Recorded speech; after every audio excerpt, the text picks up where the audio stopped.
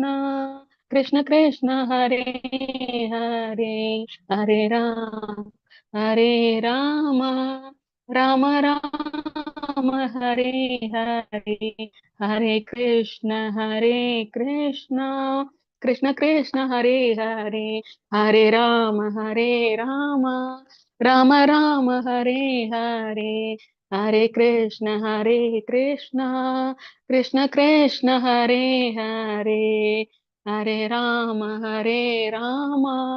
राम राम हरे हरे। ओम नमो भगवते वासुदेवाय, ओम नमो भगवते वासुदेवाय, ओम नमो भगवते वासुदेवाय। ओम अज्ञानतिमिरान्धस्य ज्ञानाञ्जनशलाकया चक्षुन्मीलितं येन तस्मै श्रीगुरुवे नमः। श्रीचैतन्यमनोभीष्टं स्थापितं येन भूतले स्वयरूपकथा मह्यं ददाति स्वपदान्तिकं। वन्दे अहं श्रीगुरु श्रीयुतपदकमलं, श्रीगुरुन् वैष्णवां च श्रीरूपं साग्रजातम् सगगन रघुनाथन्वितं तं सजीवं सात्वैतं सावधूतं परिजनसहितं कृष्ण चैतन्य देवं श्रीराधा कृष्ण पादान् सगगन ललिता श्री विशाखान्वितांश। हे कृष्ण करुणा सिंधु दीनबंधु जगत्पते कोपेश कोपिका कांता राधा कांता नमस्तुते। तप्त कांचन गौरांगी राधे वृंदावनेश्वरी वृषभानुसुते देवी प्रणामि हरे प्रिये। वाञ्छकल्पतरूपश्च कृपा सिन्धुभ्यैव च पतितानां पावनेभ्यो वैष्णवेभ्यो नमो नमः। नमो ब्रह्मण्य देवाय को ब्राह्मण हिताय च जगद्हिताय कृष्णाय गोविन्दाय नमो नमः। नमो महावादान्त्याय कृष्ण प्रेमे प्रदायते कृष्णाय कृष्ण चैतन्य नामिने गौरदिविषे नमः। गुरुवे गौरचन्द्राय राधिकायै तथालयै कृष्णाय कृष्ण भक्ताय तद्भक्ताय नमो नमः। मुहं करोति वाचालं पङ्गुं लङ्घयते गिरिं यत्कृपातमहं वन्दे परमानन्दमाधवं श्रीगुरुं दीनदारणं श्रीचैतन्य ईश्वरं कृष्णाय वासुदेवाय देवकी नन्दनाय च नन्दगोप गोमय नमो नमः। नमः पंकजनाभाय नमः पंकजमालिने नमः पंकजनेत्राय नमस्ते पंकजङ्घ्रये। नमः ओं विष्णुपादाय कृष्णप्रेष्ठाय भूतले श्रीमदे भक्तिवेदान्त स्वामिने इति नामिने। नमस्ते सरस्वते देवे गौरवाणी प्रचारिणे निर्विशेष शून्यवादी पाश्चात्य देशधारिणे। नारायणं नमस्कृत्य नरं चैव नरोत्तमं देवीं सरस्वतीं व्यासं ततो जयं मुदीरयेत्। शृण्वतां स्वकथ कृष्णः पुण्यसरवण कीर्तनः कृत्यन्तः सुदोहि अभद्राणि विदुनोति सुकृत्सदाम् नष्टप्रायेषु नित्यं भागवत श्रया भगवती उत्तम श्लोके भक्तिर्भवति नैष्टिकीः। पंचतत्वात्मकं कृष्णं भक्तरूप स्वरूपकं भक्तवतारं भक्ताख्यं नमामि भक्त। जय श्री कृष्ण प्रभु नित्यानंद श्री अद्वैत गदाधर श्रीवासादि गौर भक्त वृंद। हरे कृष्ण कृष्ण कृष्ण हरे हरे, हरे राम राम राम हरे हरे। हरे कृष्ण कृष्ण कृष्ण हरे हरे, हरे राम राम राम हरे हरे। हरे कृष्ण कृष्ण कृष्ण हरे हरे, हरे राम राम राम हरे हरे। हरे कृष्णा कृष्ण कृष्ण हरे हरे, हरे राम राम राम हरे हरे. हरे कृष्ण. ஹரே கிருஷ்ணா மாதாஜி. மதன மாதாஜி, நேத்திக்கு மாதிரி சொல்லுங்க, இந்த போட்டோ வந்து டாப் ரைட் கார்னர்ல தெரியுதா அப்படின்றது சொல்லுங்க. நான் இப்ப ஸ்பாட்லைட் பண்ணிருக்கேன். ஆக்சுவலா தெரியுதா மாதாஜி? வாய்ஸ் கேக்குதா மாதாஜி? என் வாய்ஸ் கேக்குதா? அன்மியூட் பண்ணி தான் பேசுறேன். வாய்ஸ் கேக்குது மாதாஜி. ஓகே. ஆனா ஸ்பாட்லைட் பண்ணி இங்க வரல மாதாஜி, ஸ்கிரீன்ல இங்க வரல எங்களுக்கு. கார்னர்ல அது கூட தெரியலையா? கார்னர்ல இருக்கிறது உங்களை, நீங்க ஒரு போட்டோ இன்னொன்னு வச்சிருக்கீங்களா, ஒயிட் கலர் போட்டு ஒரு ட்ரெஸ் போட்டு இந்த இது ராதே கிருஷ்ணர் போட்டோ, அதுதான் வருது, அதுதான் வருது.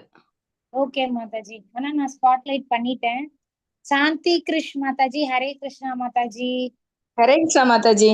ஹரே கிருஷ்ணா. ஓகே, நம்ம கிளாஸ் ஸ்டார்ட் பண்ணிடலாம். டிவோட்டிஸ் அப்படியே ஜாயின் பண்ணிக்குவாங்க. தேங்க்யூ மாதாஜி.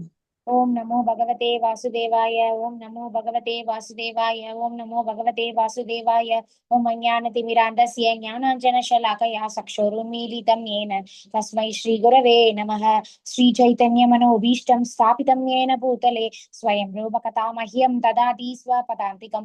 वन्देऽहं श्रीगुरो श्रीयुतपदकमलं श्रीगुरुन् वैष्णवांशश श्रीरूपं साग्रजातं सागण रघुनाथान्वितं तं सजीवं साद्वैतं सावधूतं परिजनसहितं कृष्ण चैतन्य देवं श्री राधा कृष्ण पादान् सागण ललिता श्री विशाखान्वितांशश. हे कृष्ण करुणा सिन्धु दीनबन्धु जगत्पते गोपेश गोपिका कान्ता राधा कान्ता नमोस्तुते. तप्तकाञ्चन गौराङ्गी राधे वृन्दावनेश्वरी ऋषभानुसुते देवी प्रणमामि हरिप्रिये. वाञ्छाकल्पतरुभ्यश्च कृपा सिन्धुभ्य एव च पतितानां पावनेभ्यो वैष्णवेभ्यो नमो नमः. नमो ब्रह्मण्य देवाय गो ब्राह्मणहिताय च जगद्हिताय कृष्णाय गोविन्दाय नमो नमः. जय श्री कृष्ण चैतन्य प्रभु नित्यानंद श्री अद्वैत गदाधर श्रीवासादि गौर भक्त वृंदा. हरे कृष्ण कृष्ण कृष्ण हरे हरे, हरे राम राम राम हरे हरे. हरे कृष्ण कृष्ण कृष्ण हरे हरे, हरे राम राम राम हरे हरे. हरे எல்லாரையும் இந்த L2 ப்ரீ பக்தி சாஸ்திரி வகுப்பிற்கு அன்போடு வரவேற்கிறேன். நமக்கு இந்த ஒரு வாரத்துல நம்ம இந்த L2 வகுப்பு நம்ம முடிச்சிருவோம். நெக்ஸ்ட் மந்த் ஆகஸ்ட் 3 இருந்து L3 ஸ்டார்ட் பண்ணிடுவாங்க. மல்லிகா மாதாஜி உங்களுக்கு எடுப்பாங்க. இதே டைம் தான் 7 PM. அப்படியே இங்க வர டிவோட்டிஸ் அப்படியே 7 PM மல்லிகா மாதாஜி கிளாஸ் எடுப்பாங்க. வாரத்துல 6 நாள்லாம் இருக்காது, எனி 2 days ஆர் 3 days இருக்கும். அதுவும் நாங்க குரூப்ல ஷேர் பண்ணுவோம். அதனால எல்லாரும் வாங்க. இன்னும் நம்ம எல்லாரும் சேர்ந்து மேலும் மேலும் கிருஷ்ணரை பத்தி நிறைய விஷயம் தெரிஞ்சுக்கலாம்.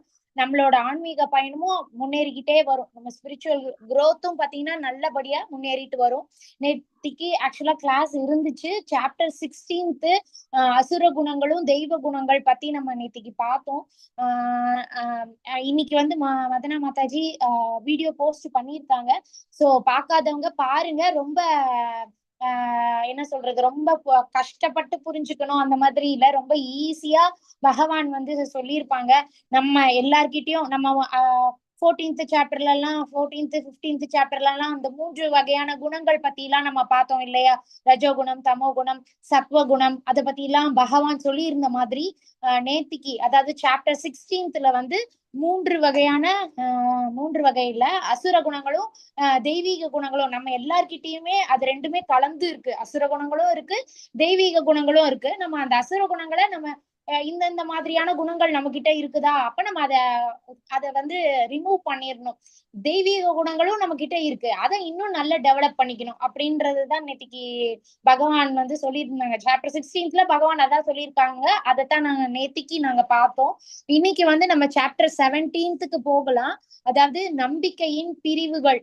ஒருத்தருக்கு என்னென்ன மாதிரியான நம்பிக்கை இருக்கு, ஒரு மனுஷங்களுக்கும் எல்லாருக்கும் ஒரு விதமான நம்பிக்கை இருக்கும். ஒரு கடவுள்கிட்ட நம்பிக்கை இருக்கும். சோ அவங்களோட நம்பிக்கையை டிபெண்ட் பண்ணி அவங்களோட வழிபாடுகளும் வேற வேற மாதிரி இருக்கும். அதை பத்தி தான் இன்னைக்கு நம்ம பார்க்க போறோம். சாப்டர் 17th பாத்தீங்கன்னா மொத்தம் 28 ஸ்லோகம்ஸ் இருக்கு. நான் இன்னைக்கு நாளைக்கு முடிச்சிருவேன். 29th இருந்து இவங்க அஸ்வின் பிரபுஜி வருவாங்க. 18th சாப்டர் ஃபுல்லா அஸ்வின் பிரபுஜி எடுப்பாங்க. ஓகேங்களா?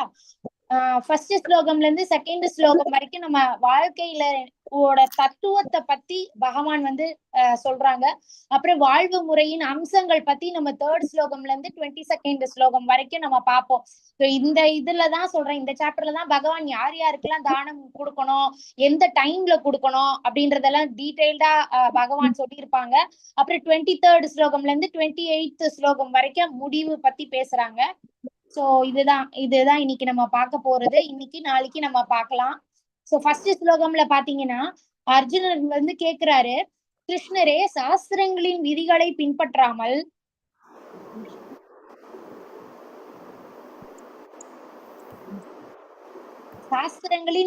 பின்பற்றாமல் தங்களது கற்பனைக்கேற்ப வழிபடுபவர்களின் நிலை என்ன? அதாவது பகவான் வந்து ஏற்கனவே சொல்லியிருக்காங்க, நம்ம சாஸ்திரங்களை கரெக்டா ஃபாலோ பண்ணணும். சாஸ்திரத்துல என்ன சாஸ்திரன்றது நம்ம பகவத்கீதை தான். சாஸ்திரங்கள்ல என்ன, அதாவது வேதங்களோட சாரமா இருக்கிறது பகவத்கீதை. சோ பகவான் வந்து நீ யார கும்பிடுன்னு சொல்லியிருக்காங்க, நீ எல்லா தேவர்களையும் நீ திருப்திப்படுத்தணும்னு இல்ல, என்ன கும்பிட்டாலே போதும் அப்படின்னு தான் பகவான் சொல்லியிருக்காங்க இல்லையா? சோ நம்ம எல்லாருக்கும் முதல்ல தெரியணும் இல்லையா, சாஸ்திரத்தோட எல்லா வேதங்களோட சாரமா இருக்கிற பகவத்கீதை நம்ம எல்லாருக்கும் தெரியுமா? நமக்கு சின்ன வயசுல தெரிஞ்சிருந்தா இன்னும் நல்லாவே நம்ம நல்லபடியா பக்தி பண்ணிருப்போம். இப்போ நீங்க எல்லாரும் வந்திருக்கீங்க, உங்க யாருக்கும் எதுவும் தெரியாமலாம் இல்ல, நம்ம எல்லாருமே வழிபாடு பண்ணிட்டு தான் இருக்கோம். இன்னும் பகவான் இன்னும் நீ நல்லா தெரிஞ்சுக்கோ, பகவத்கீதை பத்தி தெரிஞ்சுக்கோ அப்படின்ட்டுதான் நம்ம எல்லாரையும் இங்க உட்கார வச்சிருக்காங்க.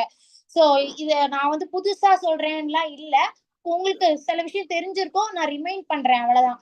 சோ பகவான் என்ன சொல்றாங்கன்னா, சாஸ்திரத்துல என்னென்ன போட்டிருக்கோ, பகவத்கீதையில பகவான் என்ன சொல்றாங்களோ அதுபடி நம்ம ஃபாலோ பண்ணணும் வாழ்க்கையில. இந்த விஷயம் எல்லாம், இந்த மாதிரி தேவர் வழிபாடு எல்லாம் நீ பண்ணணும்னு அவசியம் இல்ல, என்ன வழிபட்டாலே போதும் அப்படின்னு தான் பகவான் சொல்றாங்க.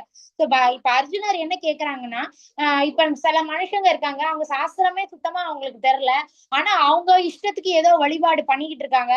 அப்ப அவங்களோட கதி என்ன அப்படின்ட்டு அர்ஜுனர் கேக்குறாரு. அவர்கள் இருப்பது குணத்திலா, ரஜோ குணத்திலா, தபோ குணத்திலா. இப்ப வந்து அர்ஜுனர் என்ன கேக்குறாருன்னா, அவங்களுக்கு சாஸ்திரமும் தெரியல, ஆனா அவங்க ஏதோ வழிபாடு பண்ணிட்டு இருக்காங்க. அவங்க இந்த 3 குணங்கள்ல எந்த குணத்துல இருக்கிறாங்க பகவானே அப்படின்ட்டு அர்ஜுனர் கேக்குறாரு. அதுக்கு இந்த 2 ஸ்லோகமுமே பகவானோட ஆன்சர்ஸ். புருஷோத்தமரான முழுமுதற் கடவுள் கூறினார், உடல் பெற்ற ஆத்மாவின் சுபாவத்திற்கு ஏற்ப நம்ம எல்லாருக்குமே ஒரு வகையான இயல்பு இருக்கு, நம்ம அததான் சுபாவம்னு சொல்லுவோம் இல்லையா? இப்ப சில பேருக்கு நல்ல கத்தி பேசுறதுமே சொல்றேன், ரொம்ப கத்தி பேசுவாங்க எல்லார்கிட்டயும். சில பேர் ரொம்ப காமு, அவங்க கிட்ட இருந்து சத்தமே வராது, அந்த மாதிரி. அது அவங்க சுபாவமே, அதுதான் அவங்க சுபாவமே. சில பசங்க நல்ல கலகலகலாம் எல்லார்கிட்டயும் பேசிட்டு இருப்பாங்க. சில பேர் வந்து காமன் கம்போஸ்டா இருப்பாங்க, அவங்க கிட்ட யாராவது வந்து பேசுனாங்கன்னா மட்டும் பேசுவாங்க, அந்த மாதிரி. சில பேருக்கு வெளியே போய் ரொம்ப விளையாடுறது அதெல்லாம் பிடிக்கும், சில பேருக்கு அதெல்லாம் பிடிக்காது, வீட்டுக்குள்ளே இருக்கிறது, புக்ஸ் நிறைய படிக்கிறது அந்த மாதிரி எல்லாம் பிடிக்கும். சோ இந்த மாதிரி நம்ம டிஃப்ரெண்ட் கைண்ட்ஸ் ஆஃப் பீப்புளா நம்ம பார்க்கலாம் இல்லையா?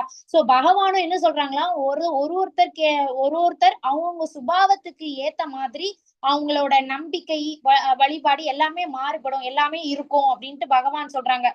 சத்துவகுணம், ரஜகுணம், தமோ குணம்னு 3 வகையா, அந்த 3 குணத்தை பத்தி டீடைல்டாவும் நம்ம ஒரு சாப்டர்ல பார்த்தோம் இல்லையா? இப்போ சோ அவங்க சுபாவத்துக்கு ஏத்த மாதிரி அவங்க வழிபடுவாங்க, அவங்க கிட்ட நம்பிக்கையும் இருக்கும். இப்போ ஒருத்தருக்கு ஒரு சில மக்கள் பாத்தீங்கன்னா ரொம்ப ஜோசியத்து மேல ரொம்ப தீவிரமான நம்பிக்கை இருக்கும் ஒரு குரூப் ஆஃப் பீப்புளுக்கு. அதே இன்னொரு குரூப் ஆஃப் பீப்புளுக்கு அந்த ஜோசியத்துக்கு மேல அவ்வளவு பிடிப்பு இருக்காது, பகவான் மேல ரொம்ப பிடிப்பா இருக்கும். சோ இந்த மாதிரி எல்லாருக்கும் சேமா இருக்காது, அதுதான் பகவான் இந்த செகண்ட் ஸ்லோகம்ல சொல்றாங்க. இப்ப தேர்ட் ஸ்லோகம்ல இன்னும் கொஞ்சம் டீடைல்டா சொல்றாங்க. அதாவது பரதனின் மைந்தனே பல்வேறு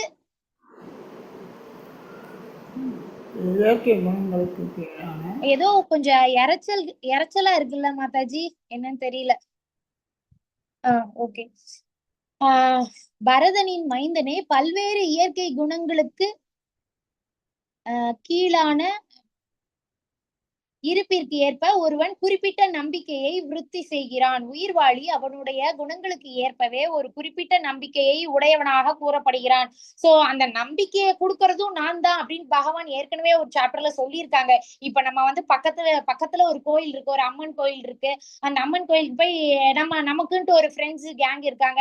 அவங்க சொல்றாங்க, நம்ம வந்து டியூஸ்டேவும் ஃப்ரைடேவும் நம்ம போய் ராகு காலத்துல போய் அம்மனுக்கு விளக்கு போடுவோம் அப்படின்ட்டு சொல்றாங்க. நம்ம எல்லாரும் அதை அது கொஞ்சம் வருஷமாவே நம்ம ஃபாலோ பண்ணிட்டு வரோம் அப்படின்னா அந்த நம்பிக்கையை கொடுக்கறதும் நான் தான் அப்படின்ட்டு பகவான் சொல்றாங்க. சோ இங்கேயும் இந்த 3rd ஸ்லோகத்துல பகவான் என்ன சொல்றாங்கன்னா, அவங்க இப்ப எல்லாருமே அதுக்கு இன்ட்ரெஸ்டடா இருக்க மாட்டாங்க. முன்னாடியே சொன்ன மாதிரி சில பேர் வீட்டிலேயே பூஜை பண்ணிட்டு வீட்டிலேயே பகவானோட பாடல்களை பாடிக்கிட்டு அவங்களுக்குன்ட்டு கடமையை செஞ்சுட்டு மத்த நேரம் ஸ்ரீராம ஜெயம் எழுதுறது இந்த மாதிரி, ஆனா அவங்களே ஆக்குபைடா வச்சுக்குவாங்க, அவங்களும் ஸ்பிரிச்சுவல்ல இருப்பாங்க. சோ இந்த மாதிரி டிஃப்ரெண்ட் ஸ்வபாவத்துல இருப்பாங்க ஒருத்தரும். சோ இங்க வந்து பல்வேறு இயற்கை குணங்களுக்கு கீழ் இருப்பிற்கு ஏற்ப ஒருவன் குறிப்பிட்ட நம்பிக்கையை விருத்தி செய்கிறான். சோ நம்மளுமே இப்போ பக்தி பண்ணி பண்ணி இந்த நிலைக்கு வந்திருக்கோம். இப்ப இங்கேயும் அப்படியே ஸ்டாக்னண்டா நம்ம இருக்க மாட்டோம். இப்ப பகவத்கீதை கிளாஸும் அட்டென்ட் பண்ணிட்டு இருக்கோம்னா, இப்ப நீங்க level 1 முடிச்சீங்க, level 2 முடிச்சீங்க, அடுத்தது level 3க்கு போவீங்க. இப்ப level 2ல ஃபுல் எல்லா சாப்டர்ஸுமே எல்லா ஸ்லோகமுமே நாங்க உங்களுக்கு சொல்லி கொடுத்துட்டோம். அப்புறம் நீங்களுமே படிக்கிற மாதிரி கிளாஸஸ் வரும். இப்ப பக்தி விருக்ஷா அதனாலதான் இப்போ 61st பேட்ச் எல்லாரையும் பக்தி விருக்ஷால ஜாயின் பண்றதுக்கான முயற்சிகள் எல்லாமே நாங்க எடுத்துட்டு இருக்கோம். பக்தி விருக்ஷால நீங்களே படிப்பீங்க, எல்லாரும் கூட சேர்ந்து படிக்கிறப்போ அது இன்னும் நல்ல புரிதல் உங்களுக்கு கொண்டு வரும். சோ அதுதான் பக்தி விருக்ஷா சேர்ந்து பாட்டு பாடுறது. இப்ப இதே மாதிரி இப்போ நான் மட்டும் பேசிக்கிட்டு இருக்கேன், பக்தி விருக்ஷால ஒரு 10 பேர் இருக்கீங்க அப்படின்னா அந்த 10 பேருமே பேசுவீங்க, 10 பேருமே பகவத்கீதை புக்கு வாசிப்பீங்க. வாசிக்கதான் நமக்கு வந்து அவ்வளோ இன்ட்ரெஸ்டிங்கா இன்னமும் கூட நல்ல புரிதல் வரும். இப்ப நீங்க கிளாஸ் அட்டென்ட் பண்ணிக்கிட்டு இருக்கீங்க, உங்களுக்கு கொஞ்சம் புரிதல் இருக்கும்.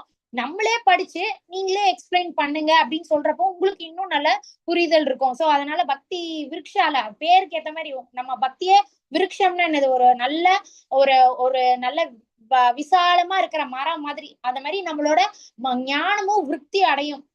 அந்த கிளாஸ் தான் பக்தி விருக்ஷா. சோ எல்லாரையும் கூடிய சீக்கிரம் அந்த பக்தி விருக்ஷா கிளாஸ்லயும் அவங்கள ஜாயின் பண்ணிடுவோம். ஆக்சுவலா நடந்துகிட்டு இருக்கு. மொத்தம் 14 பக்தி விருக்ஷா இருக்கு. ஊர் வைஸ் நாங்க பிரிச்சு அதுலயும் இந்த மாதிரி எல்லாம் நடக்கும். ஜபம் பண்ணுவோம், பாட்டு பாடுறது, அதுக்கப்புறம் கிருஷ்ணரோட கதைகள் பேசுறது. இப்ப ரத யாத்திரை போச்சு இல்லையா, ரத யாத்திரைன்னா ஒரு விசேஷத்துக்கு ஏத்த மாதிரி அது சம்பந்தப்பட்ட விஷயங்கள் எல்லாமே நம்ம டிஸ்கஸ் பண்ணுவோம். எல்லாருமே ரொம்ப நிறைய பேர் இல்ல, கொஞ்சம் பேர் இருக்கிறப்ப நல்லா டிஸ்கஸ் பண்ணிப்போம். அந்த மாதிரி நடக்கும்.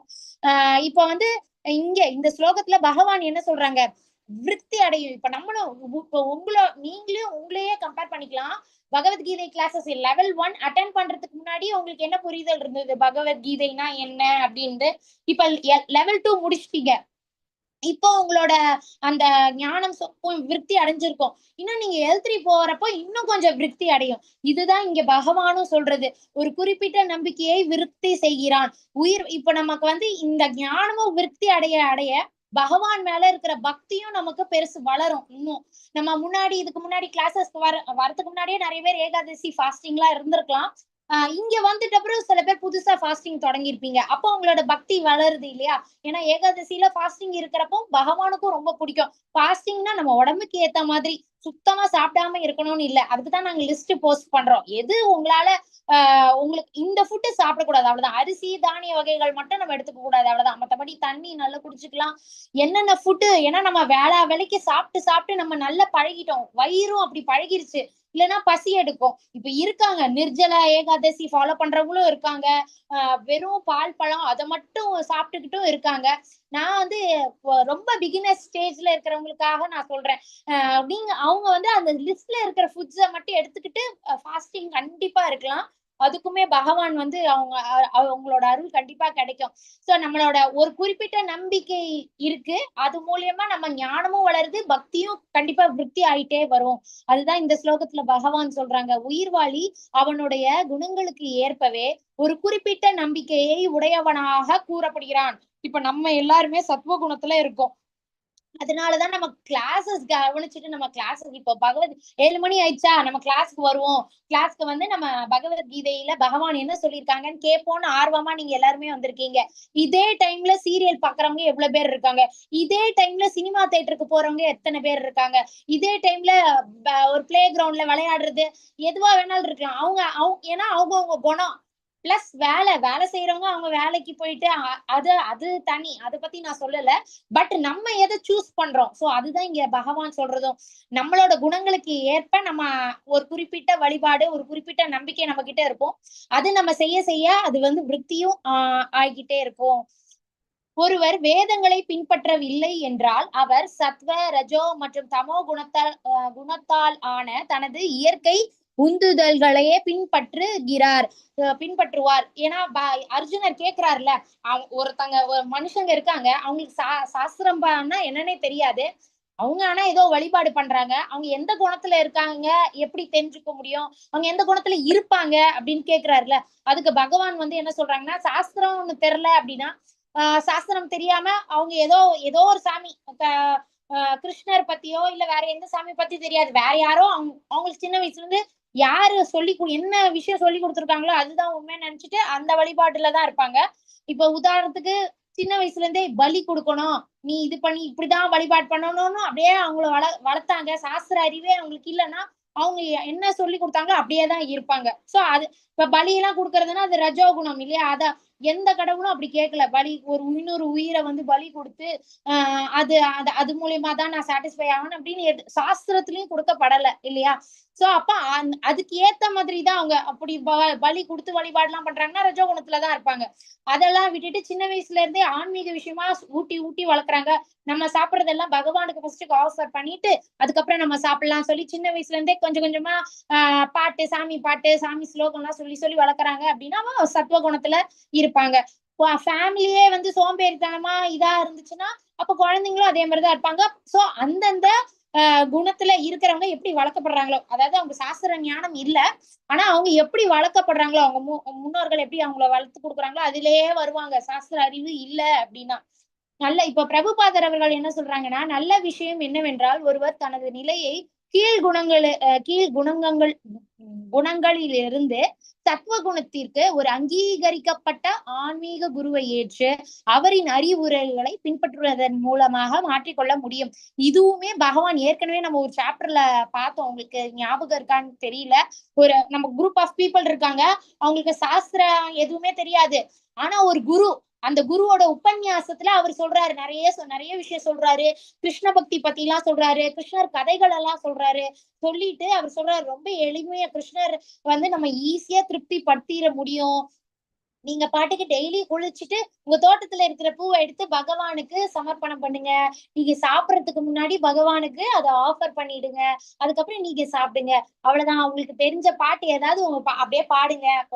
படிக்காதவங்களா இருந்தாலும் சும்மா அந்த குரு ஒரு பாட்டு சொன்னா, உனக்கு ஒரு கிருஷ்ண பாட்டு சொல்லி கொடுக்குறேன் அப்படின்னு சொல்லி ஒரு கிருஷ்ண பாட்டு சொல்லி கொடுக்குறாங்க. அவங்க அதை நீங்க இந்த மாதிரி பாட்டு பாடியே நீங்க கிருஷ்ணரை திருப்திப்படுத்த முடியும் அப்படின்னு சொல்றப்போ அந்த மனுஷங்க அவங்களுக்கு வந்து ரொம்ப மோட்டிவேட்டிங்கா இருக்கு. அப்படியா, இவ்வளவுதானா, நானும் அப்ப கும்பிடுறேனே அப்படின்ட்டு வருவாங்க அந்த குரூப் ஆஃப் பீப்புள். சோ இதுதான் இப்ப பிரபுபாதர் என்ன சொல்றதுன்னா, சோ ரொம்ப எளிமையா ஒரு ஒண்ணுமே சாஸ்திர ஞானமே தெரியாத ஒருத்தர் ஒரு குருவோட அந்த சங்கம் கிடைக்கிறப்போ அவங்களாலையும் பக்தி பண்ண முடியும், அவங்களும் பக்தி பண்ணி பகவானோட உலகத்தையும் அடைய முடியும் அப்படின்ட்டு பிரபுபாதர் சொல்றாங்க. இது ஏற்கனவேவும் நம்ம பார்த்தோம். இப்ப வந்து இந்த 3 வகையான குணங்கள்ல இருக்கிறவங்க என்ன மாதிரியான சாப்பாடு சாப்பிடுவாங்க, இது வந்து நம்ம அந்த சாப்டர் 14th சாப்டர்லயே அந்த 3 குணங்கள் பத்தி எல்லாம் பார்த்தோம் இல்லையா. இப்ப இங்கே மறுபடியும் பகவான் அதை பத்தி எல்லாம் சொல்லுவாங்க, தானத்தை பத்தியும் பகவான் வந்து சொல்லுவாங்க. அதாவது சத்துவ குணத்துல இருக்கிறவங்க எல்லாம் அவங்களோட ஃபுட்டு என்ன மாதிரியான ஃபுட்டு சாப்பிடுவாங்கன்னா சைவம் ஃபுட்டு தான் சாப்பிடுவாங்க. ரொம்ப ஜூசியா இருக்கிற மாதிரி ஃபுட்டு, அதாவது ரொம்ப பழ வகைகள் நிறைய சாப்பிடுவாங்க, கீரை வகைகள், அந்த மாதிரி பால் பொருட்கள் இதெல்லாம் தான் நிறைய சாப்பிடுவாங்க. அப்புறம் சத்துவ குணத்துல இருக்கிறவங்க சாமி நல்லா கும்பிடுவாங்க, ரொம்ப ஞானத்தோட இருப்பாங்க, எந்த விஷயம் செய்யணும் எந்த விஷயம் செய்யக்கூடாது அந்த ஞானம் நல்லா இருக்கும், நிறைய பேருக்கு நல்லது செய்வாங்க. இப்ப இங்க பாருங்க, ஒருத்தர் அன்னதானம் செஞ்சுக்கிட்டு இருக்காரு, இந்த மாதிரி நிறைய நல்ல காரியங்கள் செய்வாங்க. யாகங்கள்லாம் செய்யறது. அதுக்கப்புறம் இங்க வந்து இந்த பிக்சர்லயே என்னெல்லாம் இப்போ நீ என்னென்ன பார்க்க போறோன்றத இந்த ஒரு பிக்சர்ல சொல்லியிருக்காங்க. 3 குணங்கள் நம்ம சாப்பிடுற சாப்பாடு அது அன்னைக்கு அந்த சாப்டர்ல பார்த்தோம். நம்ம என்ன மாதிரியான சாப்பாடு சாப்பிடுறோம் அதை பேஸ் பண்ணி நம்ம குணங்கள் வரும். நம்ம அந்த குணங்களோட இருந்தோம்னா செயல்களும் அந்த மாதிரி தான் இருக்கும். சத்துவ குணத்தை சாத்வீகமான ஃபுட்டு நம்ம எடுத்துக்கிட்டோம் அப்படின்னா நம்மளோட திங்கிங் அப்புறம் செயல்கள் எல்லாமே சாத்வீகமா இருக்கும், சத்துவ குணத்தோட இருப்போம். நம்மளோட அவுட்புட்டும் பார்த்தோம்னா நல்ல விஷயங்கள் தான் செய்வோம். அதே ரஜோகுணமும் தமோ குணமும் கிட்டத்தட்ட சேர்ந்தா 2 பேருமே ரொம்ப காரசாரம் நான்வெஜ் அதெல்லாம் சாப்பிடுற மாதிரி இருக்கும் 2 குணம். அதுல தமோ குணம் ரொம்ப ரொம்ப மோசம். ரொம்ப எச்சில் பட்ட உணவுகள், அதுக்கப்புறம் அழுகி கெட்டு போனது அந்த மாதிரி ஃபுட் எல்லாம் சாப்பிடுவாங்க. அப்புறம் ட்ரக்ஸ், ஆல்கோஹால் அதெல்லாம் ரொம்ப இருக்கும் தமோ குணத்துல இருக்கிறவங்க. அப்புறம் ஃபுல் அண்ட் ஃபுல் இந்த இந்த தப்பு செய்யறாங்க இல்லையா, அது எல்லாமே தமோ குணத்துல உள்ளவங்க. சோ இது எல்லாமே இப்போ நம்ம இங்க மறுபடியும் பார்ப்போம். சோ இந்த 3 பகவான் ஏற்கனவே சொன்னாங்க இல்லையா, இப்போ அர்ஜுனர் கேட்ட அந்த ஃபர்ஸ்ட் கேள்வி, சாஸ்திர ஞானமே இல்ல, ஆனா மனுஷருங்க அவங்களோட நம்பிக்கை, அவங்க ஏதோ ஒரு வழிபாடு பண்றாங்க, அவங்க எந்த குணத்துல இருப்பாங்க அப்படின்னு கேக்குறாங்க இல்லையா, அதுதான் இப்ப டீடைல்டா பகவான் சொல்ல போறாங்க. என்னெல்லாம் பார்க்க போறோம் அப்படின்றதுதான் இங்க போட்டிருக்கு. அவங்களோட நம்பிக்கை, அவங்க என்ன மாதிரியான வழிபாடு மேற்கொள்வாங்க, என்ன மாதிரி சாப்பாடு சாப்பிடுவாங்க, யாகங்கள் எந்த மாதிரியான, அதாவது சாஸ்திர ஞானம் இல்ல ஆனா என்ன மாதிரியான யாகங்கள் செய்வாங்க, அவங்க நடத்தை எப்படி இருக்கும், அவங்க பேச்சு எப்படி இருக்கும், அவங்களுக்கு மனக்கட்டுப்பாடு இருக்கா இல்லையா, அப்புறம் தானம், அவங்க தானம் எல்லாம் கொடுப்பாங்களா மாட்டாங்களா, அது எல்லாமே இப்ப நம்ம ஒண்ணா பார்க்க போறோம். இப்ப இந்த பிரபுஜி வந்து ராதைக்கும் கிருஷ்ணருக்கும் நல்லா அலங்காரம் பண்ணி ஆரத்தி காமிச்சுக்கிட்டு இருக்காங்க இல்லையா, இப்போ இவர் சத்துவ குணத்துல இருந்துட்டு இருக்காரு. இப்ப இந்த இந்த எக்ஸாம்பிள் நான் ஏற்கனவே சொல்லியிருக்கேன், இவங்க 3 பேருமே அந்த 3 வகையான குணங்களுக்கான பெஸ்ட் எக்ஸாம்பிள். இந்த பிக்சரே அப்படியே ஞாபகம் வச்சுக்கோங்க. அப்போ அந்த 3 குணங்கள் பத்தி நல்லா உங்களுக்கு ஞாபகம் வச்சுக்கலாம். இவர் வந்து விபீஷன், ஒரே ஃபேமிலி தான், ஒரே ஃபேமிலி, ஆனா 3 வெவ்வேறு குணம். இது மூலமா என்ன சொல்றாங்க பகவானும், நம்ம ஃபேமிலிலயும் அப்படிதான் 5 விரலும் சேமா இருக்கா இல்ல இல்லையா, அதே மாதிரிதான் ஃபேமிலி. நமக்கு என்ன பிடிக்குதோ அதேதான் என் பையனுக்கு பிடிக்கணும், எனக்கு நான் என்ன நினைக்கிறேனோ அதுதான் அவ செய்யணும் அப்படின்லாம் இல்ல. அவனும் ஒரு இண்டிவிஜுவலான ஒரு ஆத்மா, அவனுக்கு என்ன பிடிக்குதோ அதுதான் இது பண்ணணுமே தவிர நம்ம பெத்தவங்க நம்மளோட இதை அப்படியே போட்டு திணிக்க கூடாது.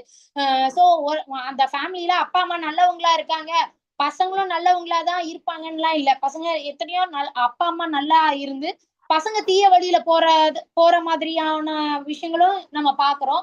பசங்க நல்ல டைப்பா இருப்பாங்க, அப்பா அம்மானா ரொம்ப இதா இருக்கிற மாதிரியும் நம்ம பாக்குறோம். சோ அதுதான் பகவான் சொல்றது, எப்படி இருந்தாலும் நமக்கு இந்த அறிவு வேணும், பகவத்கீதை அறிவு வேணும்.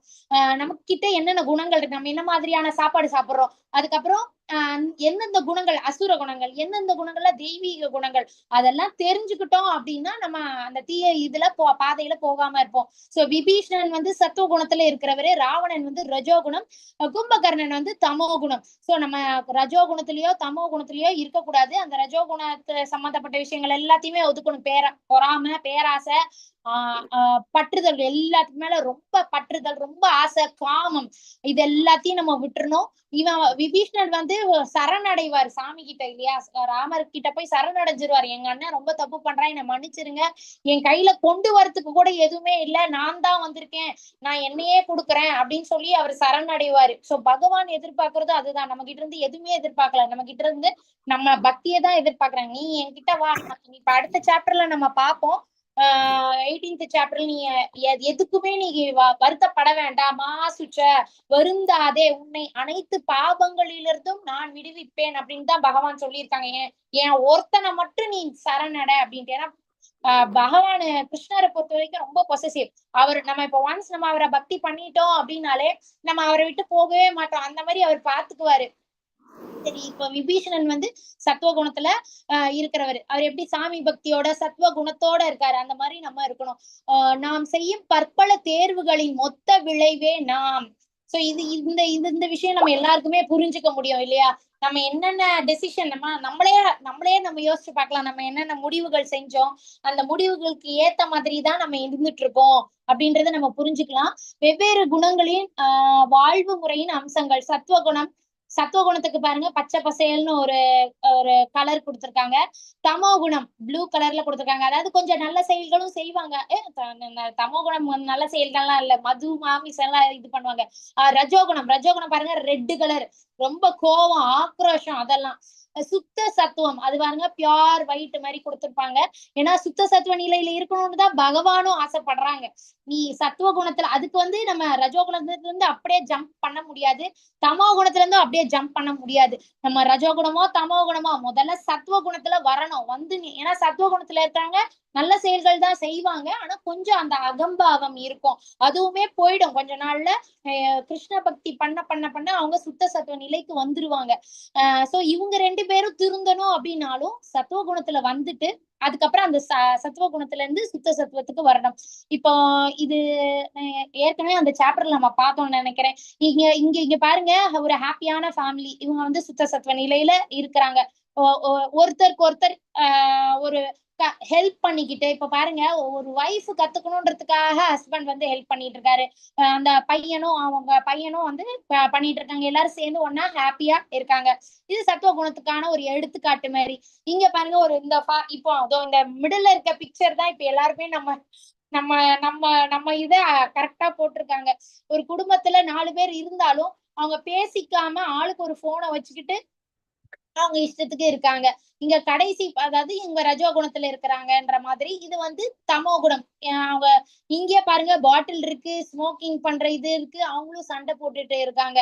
சோ இதெல்லாம் ஒரு ஜஸ்ட் ஒரு எக்ஸாம்பிள் மாதிரி. சோ நம்ம எதை சூஸ் பண்றோம்? நம்ம சத்துவ குணத்தோட இருக்கணும். இந்த மாதிரி இருந்தா, இந்த மாதிரி தீய பழக்க வழக்கங்கள்லாம் இருந்துச்சுன்னா நம்ம வீட்லயும் பிரச்சனை வரும். நம்ம சத்துவ குணத்துல இருந்தாலே பிரச்சனை வருது, இதுல இந்த இந்த இதெல்லாம் இருந்துச்சுன்னா ரொம்ப கஷ்டம். பகவத்கீதையே மிகச்சிறந்த சுய முன்னேற்ற நூல். சோ இப்ப நிறைய பேர் வந்து சொல்லுவாங்க, நான் வந்து மோட்டிவேஷன் ஸ்டோரிஸ் புக்ஸ் எல்லாம் நிறைய வாங்கியிருக்கேன். இப்ப இந்த குழந்தைங்க எல்லாம் நமக்கு இந்த பகவத்கீதைய பொக்கிஷத்தை பத்தி தெரியாதனால இடையில கொஞ்சம் வருஷங்களுக்கு முன்னாடி எல்லார் வீட்லயும் இந்த பசங்க, நான் ஹாரி பாட்டர் புக்கு வாங்கிட்டேன் அப்படின்னு சொல்லி அவ்வளோ ஒரு இதா பெருமையா பேசிக்குவாங்க. ஹாரி பாட்டர் படிச்சு நம்ம என்ன அப்போ அது ஃபுல்லா பேய் கதை தான் இல்லைங்களா? ஹாரி பாட்டர் படிச்சு ஒரு இதுவும் கிடையாது. நம்ம வீட்டுல ஒரு வீட்லயும் இருக்க வேண்டிய புக்கு என்னதுன்னா பகவத்கீதை. ஏன்னா இததான் லைஃப் மேனுவல். நம்ம லைஃபை எப்படி ஹேண்டில் பண்ணணும் அப்படின்னு எல்லாமே விளாவரியா பகவான் டீடைல்டா சொல்லியிருக்காங்க. இது வந்து பொக்கிஷம். நம்ம குழந்தைங்களுக்கு நகை நட்டு நிறைய சொத்து அதெல்லாம் சேர்த்து வைக்கிறோமோ இல்லையோ, பகவத்கீதை புக்கும் பாகவதம் புக்கும் நம்ம வாங்கி வச்சாலே போதும். சப்போஸ் அவங்க இப்ப வந்து அந்த பக்தியில இல்லாம இருக்கலாம். அந்த பகவத்கீதை புக் இருக்கிறனாலையும் பாகவதம் புக் இருக்கிறனாலையுமே அவங்க பக்திக்கு கண்டிப்பா வருவாங்க அப்படின்ட்டு அந்த அதோட மகாத்மியம் பத்தி படிக்கிறப்போ தெரிய வருது. அதனால நம்ம பர்த்டேவா இருக்கட்டும், இல்ல யாரு கல்யாணத்துக்கு போறதா இருக்கட்டும், நம்ம வந்து இந்த பகவத்கீதையும் பாகவதமும் நம்ம கிஃப்டா கொடுக்கலாம். யாருக்கு கொடுக்குறோமோ அவங்க கண்டிப்பா நல்லா இருப்பாங்க. ஓகேங்களா? சோ பகவத்கீதையை விட ஒரு இன்ஸ்பைரிங் ஸ்டோரியில இப்ப நிறைய பேருக்கு அந்த அந்த இன்ட்ரெஸ்ட் இருக்கும். எனக்கு நான் வந்து மோட்டிவேஷன் ஸ்டோரி படிக்கணும்னு ரொம்ப ஆசை. அவங்க கூட பகவத்கீதையை காட்டிலும் ஒரு மோட்டிவேஷன் பண்ணக்கூடிய ஒரு புக்கு இல்ல அப்படின்னு பிரபுபாதருமே சொல்றாங்க. நாம் உன்னத கட்டுப்பாட்டாளர் இல்லை. நம்மளால நம்ம நினைச்சுக்கிறோம் நம்ம தான் கண்ட்ரோல் பண்றோம்னு. ஆக்சுவலா நம்ம எந்த விஷயமே கண்ட்ரோல் பண்ண முடியாது. நம்ம ஒரு ஹஸ்பண்ட் ஒய்ஃபை கண்ட்ரோல் பண்ண முடியுமா? இல்ல ஒரு ஒய்ஃப் ஹஸ்பண்டை கண்ட்ரோல் பண்ண முடியுமா? இல்ல நம்ம பிள்ளைகளை கண்ட்ரோல் பண்ண முடியுமா? நம்ம கண்ட்ரோல் பண்றதா நினைச்சுக்கிட்டு இருக்கோம். ஆனா யாரையுமே கண்ட்ரோல் பண்ண முடியாது. நமது விதியை நாமே வடிவமைக்க முடியும் என கூறுகிறது. எப்படி நாமே வடிவமைக்க முடியும்? நம்ம கிட்ட நம்ம தீய குணங்கள்ல இருக்கோம் அப்படின்னா, அச்சுச்சோ அப்ப நம்ம தீய குணங்கள்லாம் வச்சுக்க கூடாது. வச்சுக்கிட்டானா திரும்ப திரும்ப இந்த பிறவி சுழற்சியில நம்ம மாட்டிக்கோ, நமக்கு நிறைய பனிஷ்மெண்ட்ஸ் எல்லாம் கிடைக்கும். அப்ப நம்ம அதுல இருக்கக்கூடாது. நம்ம கிருஷ்ண பக்தி பண்ணணும் அப்படின்ற ஒரு அவேர்னஸ் வந்துரும் இல்லையா? பகவத்கீதை படிக்க படிக்க அந்த ஞானம் வந்துருச்சுன்னா, அப்ப நம்ம விதியை மாற்றக்கூடிய சக்தியுமே நம்ம பகவத்கீதைக்கு உண்டு.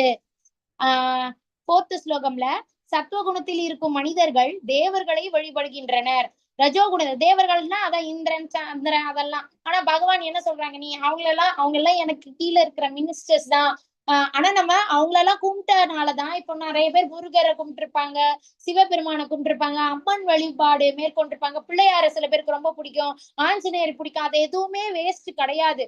அந்தந்த கடவுள்கள் வந்து நம்மளை கொண்டு வந்து இங்கேயும் விடுவாங்க. இந்த கிருஷ்ண பக்தி நீங்க இப்ப சிவபெருமானே இவன் நல்ல பக்தி பண்ணியிருக்கான், இவன் கிருஷ்ணர் வழிபாடும் பண்ணட்டும் அப்படின்னு சொல்லி சிவபெருமானே நம்மளை கொண்டு வந்து இங்க லேண்ட் ஆக்க வச்சிருவாரு. சோ அப்படியுமே நிறைய பேருக்கு இந்த எக்ஸ்பீரியன்ஸ் ஷேரிங் நீங்க கேட்டு பாருங்க. அப்போ ஒருத்தரும் எப்படி இந்த கிருஷ்ண பக்திக்கு வந்தாங்க அப்படின்றது சொல்லுவாங்க. சோ அதனால தேவர்களை சத்துவகுணத்துல இருக்கிறவங்க தேவர்களை வழிபடுவாங்க. ரஜோகுணத்தில் இருப்பவர்கள் அசுரர்களை வழிபடுகின்றனர்.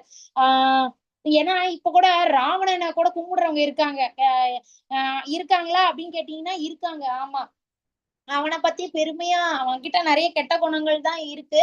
அவன் வந்து அந்த ருத்ர வீணையை வாசிப்பான், அவன் பெரிய நல்ல வேதங்களை கட்டுறான், எல்லாம் இருக்கட்டும். அவனுக்கு எவ்வளவு பெரிய வீக்னஸ் இருக்கு.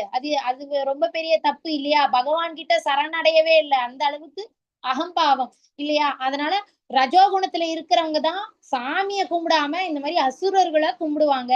தமோ குணத்தில் இருப்பவர்களோ பேய்களையும் பூதகணங்களையும் வழிபடுகின்றனர். இப்பவும் நம்ம பாக்குறோம் இல்லையா? நரபலி கொடுக்குறவங்க அவங்க எல்லாம் சாமியை கும்பிட மாட்டாங்க. இந்த மாதிரி நான் எனக்கு வந்து என்ன போய் மண்டை ஓடு எல்லாம் வச்சு என்னெல்லாம் நட்ட நடு ராத்திரியில போய் சுடுகாட்டுல போய் நான் நரபலி அதுவும் நம்ம ஒன்ஸ் இன் வயல் நம்ம நியூஸ்ல பாக்குறோம் இல்லையா? எத்தனையோ குழந்தைங்க கொஞ்ச நாளுக்கு முன்னாடி கூட குழந்தைங்களெல்லாம் ஒருத்தன் வந்து நரபலி கொடுத்துட்டு இருந்தான் அப்படின்றதெல்லாம் பாக்குறோம் இல்லையா? கேரளால எங்கேயோ சுடுகாட்டுல போய் பேய் இருக்காங்க. எப்படி சாமி வழிபாடு கும்பிடுற ஒரு குரூப் ஆஃப் பீப்புள் இருக்காங்களோ அதே மாதிரி இப்பவும் இது பகவான் எப்பயோ சொல்லிட்டாங்க, இப்பவும் இருக்காங்க பேய்கள்.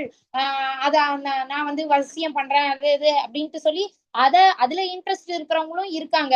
யார் யார் எந்தெந்த இதை கும்பிடுறாங்களோ அந்த உலகத்துக்கு தான் போவாங்க. இப்ப அதுலயே இருக்காங்க. அப்படி பேய் பூதத்தெல்லாம் தான் கும்பிட்டுட்டு அதுல ஏதோ வருமானம் கிடைக்குது அப்படின்னா அவங்க செத்து போயிட்ட அப்புறம் அந்த உலகத்துக்கு தான் போவாங்க. ஆனா அவங்களுக்கு தெரியாது அந்த உலகத்துல எவ்வளவு கஷ்டப்படுவோம் அப்படின்றது அவங்களுக்கு தெரியாது. ஏன்னா தெரிஞ்சிருந்தா இந்த மாதிரி வழிபாடு எல்லாம் செஞ்சிருக்க மாட்டாங்க இல்லையா? சோ பூதகணங்கள் பேய்கள் எல்லாம் வழிபடுற அந்த உலகத்துக்கு தான் அவங்க போவாங்க. சில பேர் பார்த்தோம்னா சாமியை கூட கும்பிட மாட்டாங்க, அவங்க முன்னோர்களோட போட்டோ இதுவுமே நம்ம நிறைய பேர் வீட்டுல அப்படி வச்சிருப்பாங்க. ஆக்சுவலா அவங்க சாமி எங்க முன்னோர்கள் சாமியோட கலந்து சாமிக்கு போயிட்டாங்க அப்படின்னாலும் அவங்க யாருமே சாமிக்கு ஈக்குவலன்ட்டுன்னு யாருமே கிடையாது. நம்ம முன்னோர்கள் வழிபாடு முக்கியம், கண்டிப்பா அவங்களுக்கு திதி கொடுக்கறது அந்த இதெல்லாம் கொடுக்கறதெல்லாம் கொடுக்கணும். ஆனா அதுக்குன்ட்டு அவங்கள சாமிக்கு ஈக்குவலண்டா எல்லாம் வச்சுக்க கூடாது, அவங்கள தனியா வழிபாடு பண்ணலாம். நான் சில பேர் வீட்டுல நானே பார்த்திருக்கேன், அவங்க வந்து சாமியை கூட கும்பிடுறது கிடையாது, ஆனா கரெக்டா அவங்க முன்னோர்களை மட்டும்தான் கும்பிடுவாங்க. அப்படி அவங்க முன்னோர்களை மட்டும்தான் கும்பிட்டுட்டு இருந்தாங்கன்னா அவங்க ஆஃப்டர் டெத்து பித்ருலோகத்துக்கு தான் போவாங்க, வேற எந்த சுவாமியோட உலகத்துக்குமே அவங்க போக மாட்டாங்க. இதுவுமே நம்ம பார்க்கலாம். சோ ஆனா இப்ப இத்தனை வழிபாடு பத்தி பகவான் சொல்லிட்டாங்க. மிகச்சிறந்த வழிபாடு எதுனா நம்ம பகவானை கும்பிடுறது, கிருஷ்ணர் பகவான வழிபாடு செய்யறதுதான் ரொம்ப ரொம்ப சிறந்த வழிபாடு. ஏன்னா எல்லா தேவர்களுமே சாட்டிஸ்ஃபை ஆயிடுவாங்க. எப்படி வந்து கிருஷ்ணர் வந்து சொல்றாங்க, ஃபுட் ஆஃபர் பண்ணி எனக்கு ஃபுட் ஆஃபர் பண்ணிட்டேனாலே 33 தேவர்களுக்கும் ஆஃபர் பண்ண மாதிரி சமமாகும். அதே மாதிரிதான் நம்ம கிருஷ்ண பக்தி பண்ணி கிருஷ்ணரை வழிபாடு பண்றோம் அப்படின்னா நம்ம 33 தேவர்களையும் நம்ம வழிபட்ட பலனை பகவான் நமக்கு கொடுத்துருவாங்க. ஒருவனுடைய குணங்களுக்கு ஏற்பவே ஒரு குறிப்பிட்ட நம்பிக்கையை உடையவனாக கூறப்படுகின்றான். சோ இதுவுமே பகவான் ஏற்கனவே அந்த ஃபர்ஸ்ட் ஸ்லோகத்திலேயே சொல்லிட்டாங்க இல்லையா? நான் இதுக்கும் எக்ஸாம்பிள் சொன்னேன். இப்ப எல்லாருக்கும் சேமா இருக்காது, இன்ட்ரெஸ்ட் சுபாவமும் சேமா இருக்காது. ஒரு ஃபேமிலியிலே சொல்றேன், ஒரு ஃபேமிலியில இருக்கிற 2 பசங்களே சேமா இருக்க மாட்டாங்க. ஒருத்தனுக்கு வெளியே போய் விளையாடுறது ஃபுல்லா வெளியே இருக்கிறது தான் பிடிக்கும், வீட்டுல இருக்கிறது பிடிக்கவே பிடிக்காது. இன்னொரு பையனுக்கு வீட்டுக்குள்ள இருக்கிறது அம்மா அப்பா கிட்ட பேசிக்கிட்டே இருக்கிறது தான் பிடிக்கும். வெளியே போய் விளையாடிட்டு வாயேண்டா அப்படின்னு சொன்னா கூட அவன் விளையாட போக மாட்டான். சோ வீட்டுக்குள்ளேயே இப்படி இருக்கிறப்போ அப்ப என்டையரா நம்ம உலகத்திலேயே பார்த்தோம்னா ஒருத்தருக்கும் ஒரு வகையான நம்பிக்கை இருக்கும். அதை வந்து நம்ம போய் இது பண்ணா கூட அவங்க லேஸ்ல வரமாட்டாங்க. உதாரணத்துக்கு சொல்லணும்னா நான் என் ஹஸ்பண்டுக்கு வந்து ரொம்ப இந்த ஜோசியம் அதுல எல்லாம் ரொம்ப இது ஜாஸ்தி.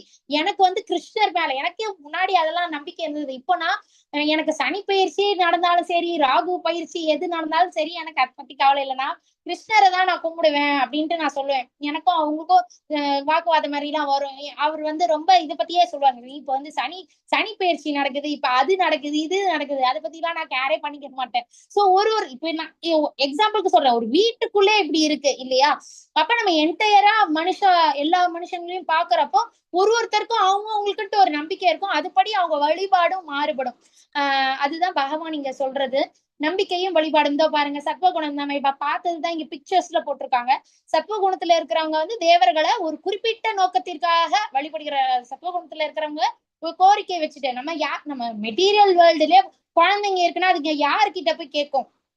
அப்பா அம்மா கிட்டதான் என்ன கேட்கும், எனக்கு இது வேணும் அது வேணும்னு. போய் பக்கத்து வீட்டுல இருக்கிறவங்க கிட்டயா கேட்கும்? அதே மாதிரி நம்மளும் பகவான் கிட்ட கேட்கலாம், தப்பெல்லாம் கிடையாது. ஆனா பகவான் என்ன சொல்றாங்க, எல்லாம் நான் கொடுத்துக்கிட்டேதான் இருக்கேன், நம்மளும் கேட்டுக்கிட்டே இருக்கோம், பகவானும் கொடுத்துக்கிட்டேதான் இருக்காங்க.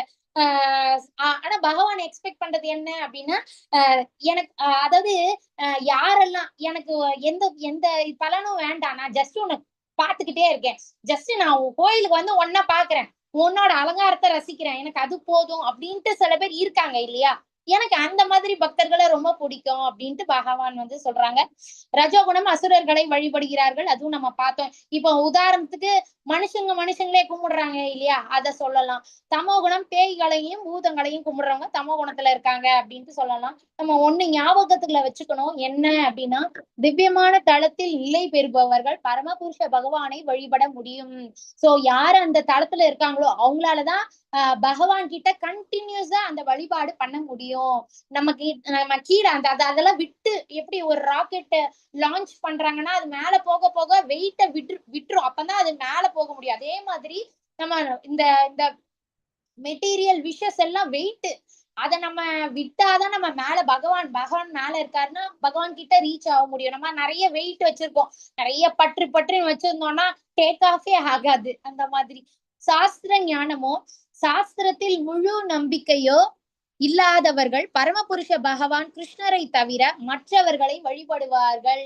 சோ பகவான் ஃபைனலா ஆன்சர் கொடுத்துட்டாரு. ஏன்னா அர்ஜுனர் கேட்டாரு இல்லையா, சாஸ்திர ஞானமே இல்ல ஒருத்தங்களுக்கு, அவங்க ஆனா வழிபாடு பண்றாங்க, அவங்க எந்த குணத்துல இருப்பாங்க. சோ அதுக்கு எல்லா ஆன்சரும் இப்ப பகவான் சொல்லிட்டாங்க. சோ சாஸ்திர ஞானத்திலே இல்ல அப்படின்னா அவங்க குணத்துக்கு ஏத்த மாதிரி ஒரு நம்பிக்கை இருக்கும், அவங்க ஒரு நம்பிக்கை ஏத்த மாதிரி அவங்க வழிபாடு இருக்கும் அப்படின்ட்டு பகவான் சொன்னாங்க. சாஸ்திர ஞானம் இல்ல அப்படின்னா, ஏன்னா சாஸ்திரத்துல தானே பகவானை பத்தி எல்லாம் சொல்லப்பட்டிருக்கு.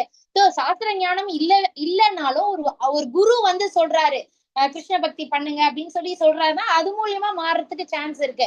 மத்தபடி அந்த பர்டிகுலர் சாஸ்திர விஷயம் தெரியாத ஒரு பர்சனுக்கு கிருஷ்ண பக்தி பத்தி தெரியவே தெரியாது அப்படின்ட்டு பகவான் வந்து சொல்றாங்க.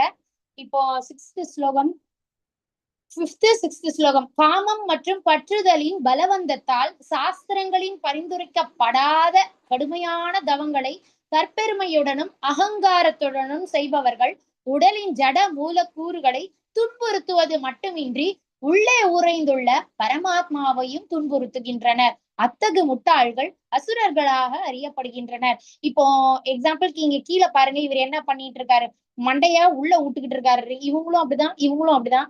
இவர் வந்து நான் மலையை தூக்குறேன் அப்படின்னு சொல்லி இந்த மாதிரி பண்ணிட்டு இருக்காரு. அப்புறம் தவம், இவங்க வந்து தவம் பண்ணிட்டு இருக்காரு. இதெல்லாம் அந்த காலத்துல. இப்ப இந்த காலத்துல நிறைய பேர் அழகு குத்திக்கிறாங்க இல்லையா, அதெல்லாம் எந்த சாஸ்திரத்திலயுமே போடல. பகவான் வந்து உன்னை நீ வருத்திக்காத அப்படின்னு தான் பகவான் வந்து சொல்லியிருக்காங்க. இதெல்லாம் நம்ம இப்ப பண்ணுவோன்றதுக்காகவோ என்னவோ தெரியல, பகவான் எப்பயோ சொல்லி வச்சிட்டாங்க. நீங்க சாஸ்திரத்துல என்ன சொல்லப்பட்டிருக்கோ அதை மட்டும் பண்ணுங்க, நீங்க உங்களை வருத்திக்காதீங்க, உங்க உடம்புக்குள்ள நான் தானே இருக்கேன், நீங்க கஷ்டப்பட்டீங்கன்னா அது பகவான் வருத்தப்படுவாரு. நம்ம கஷ்டப்படுறோம், நம்ம ஹாப்பியா இருந்தோம்னா பகவானும் நல்லா சேர்ந்து ஹாப்பியா இருப்பாரு. நம்ம கஷ்டப்படுறோம் அப்படின்னா பகவானும் சேர்ந்து கஷ்டப்படுவாங்க. நான் தான் இவனுக்கு எல்லாம் கொடுத்துருக்கேனே அப்புறமும் எதுக்கு இவன் கவலைப்பட்டுக்கிட்டே இருக்கான், கஷ்டம் வந்தாலும் அதை தாண்டி வர முடியும், அவன் ஏன் அப்படியே கன்னத்துல கைய வச்சுட்டு உட்கார்ந்துட்டு இருக்கான் அப்படின்னு தான் பகவான் நினைப்பாரு. சோ நம்ம வந்து சாஸ்திரத்துல எதெல்லாம் சொல்லப்படலையோ, மண்டையில தேங்காய் உடைக்கிறது அதெல்லாம் இருக்குது இல்லைங்களா, எல்லாரும் பண்ணலனாலும் ஒரு குரூப் ஆஃப் பீப்புள் பண்றாங்க இல்லையா. சோ அதெல்லாம் சாஸ்திரத்துல எந்த சாஸ்திரத்திலயுமே சொல்லப்படல. தீ மிதிக்கிறது இது வந்து இப்ப யாராவது இப்ப ஆடி மாசம் வேற, அதனால உங்களுக்கு நம்பிக்கை இருக்கலாம் அந்த தீ மிதி அதை பத்தி எல்லாம். ஆனா பகவான் என்ன சொல்றாங்கன்னா, நீ உன் உடம்ப வருத்திக்கிட்டு இதை எதுவுமே நான் உன்னை செய்ய சொல்லல அப்படின்னு தான் பகவான் சொல்றாங்க. சோ அந்த மாதிரி நம்ம விஷயம் எது சாஸ்திரத்துல சொல்லப்படாத விஷயம் நம்ம செய்யறோம் அப்படின்னா அது அசுரத்தனம் அப்படின்ட்டு பகவான் சொல்றாங்க. அசுரர்களின் தவம், ஏன்னா இப்போ ராவணனும் பாருங்க, இந்த இது வந்து ராவணனை கூட சொல்லலாம். ராவணன் இரண்யகசிபு பார்த்தா அவனுங்க அரக்கனுங்க. இரண்யகசிபுலாம் அவ்வளவு குண்டா, அசுரன் எப்படி இருப்பான், அவன் தவம் செஞ்சதுல அவ்வளவு எலும்பும் தோலுமா ஆயிட்டான். அவங்களோட தவம் வந்து அவ்வளவு தங்களைத்தானே வருத்திக்குவாங்க. பிரம்மா வந்து அச்சோ இவன் இதுக்கு மேல இருந்தா இது பிரச்சனை ஆயிரும், கேட்கிற வார்த்தை கொடுத்து தொலைச்சிருவான் அப்படின்னே வந்துருவாரு அவரு. இவரும் அப்படிதான், யாரு சிவபெருமானும் அப்படிதான். அவங்க எல்லாம் உருகிருவாங்க. இவ்வளவு தவம் பண்றானே, நம்ம போய் அவனுக்கு என்ன வேணுமோ கேட்டு நம்ம அதை சாங்ஷன் பண்ணிடுவோம் அப்படின்ட்டு ஓடி வருவாங்க அவங்க.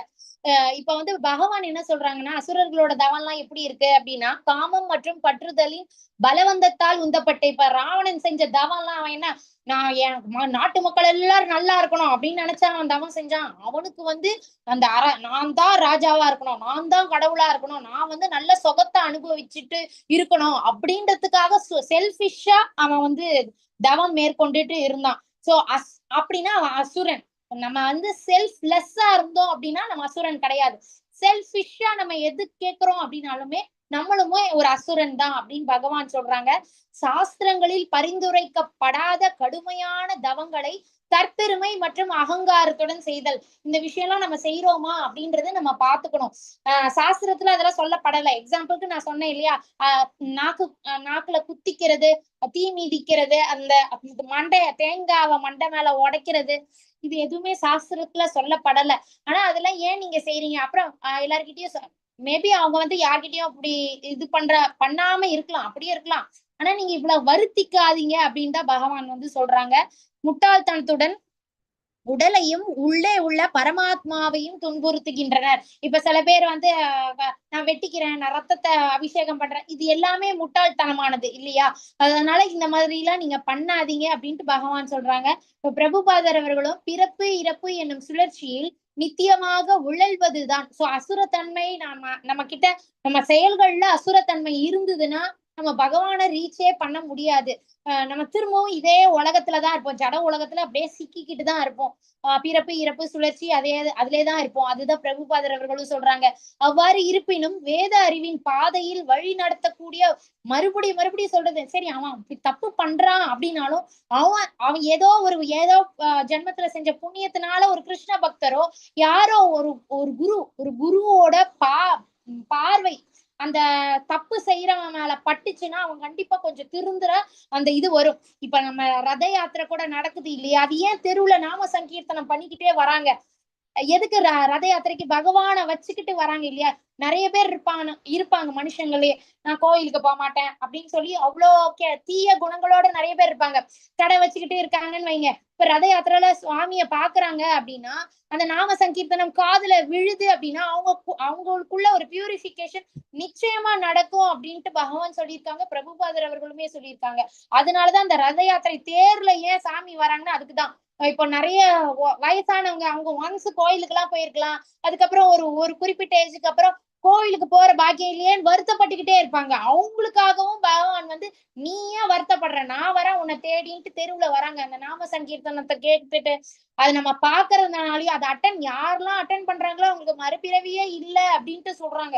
இப்ப புரியல எல்லாம் எவ்வளவு லேக்ஸ் கணக்குல இப்ப அந்த ஆஷாட ஏகாதசிக்கு எவ்வளவு கோடிக்கணக்கான பக்தர்கள், அப்பா நவவித பக்தியும் அந்த பக்தர்கள் கிட்டதான் பார்க்கணும். அவங்க போனு, நம்ம எல்லாம் இங்க போனு தேவையில்லாத படத்தை பார்த்துக்கிட்டும் இது பண்ணிக்கிட்டும் இருக்கோம். அவங்க எவ்வளவு பக்தி, அந்த ஊரே அப்படி பக்தி பண்ணுது. அப்படிப்பட்ட நாடுல நம்ம புண்ணிய பூமியில நம்ம எல்லாருமே இருக்கிறோம்.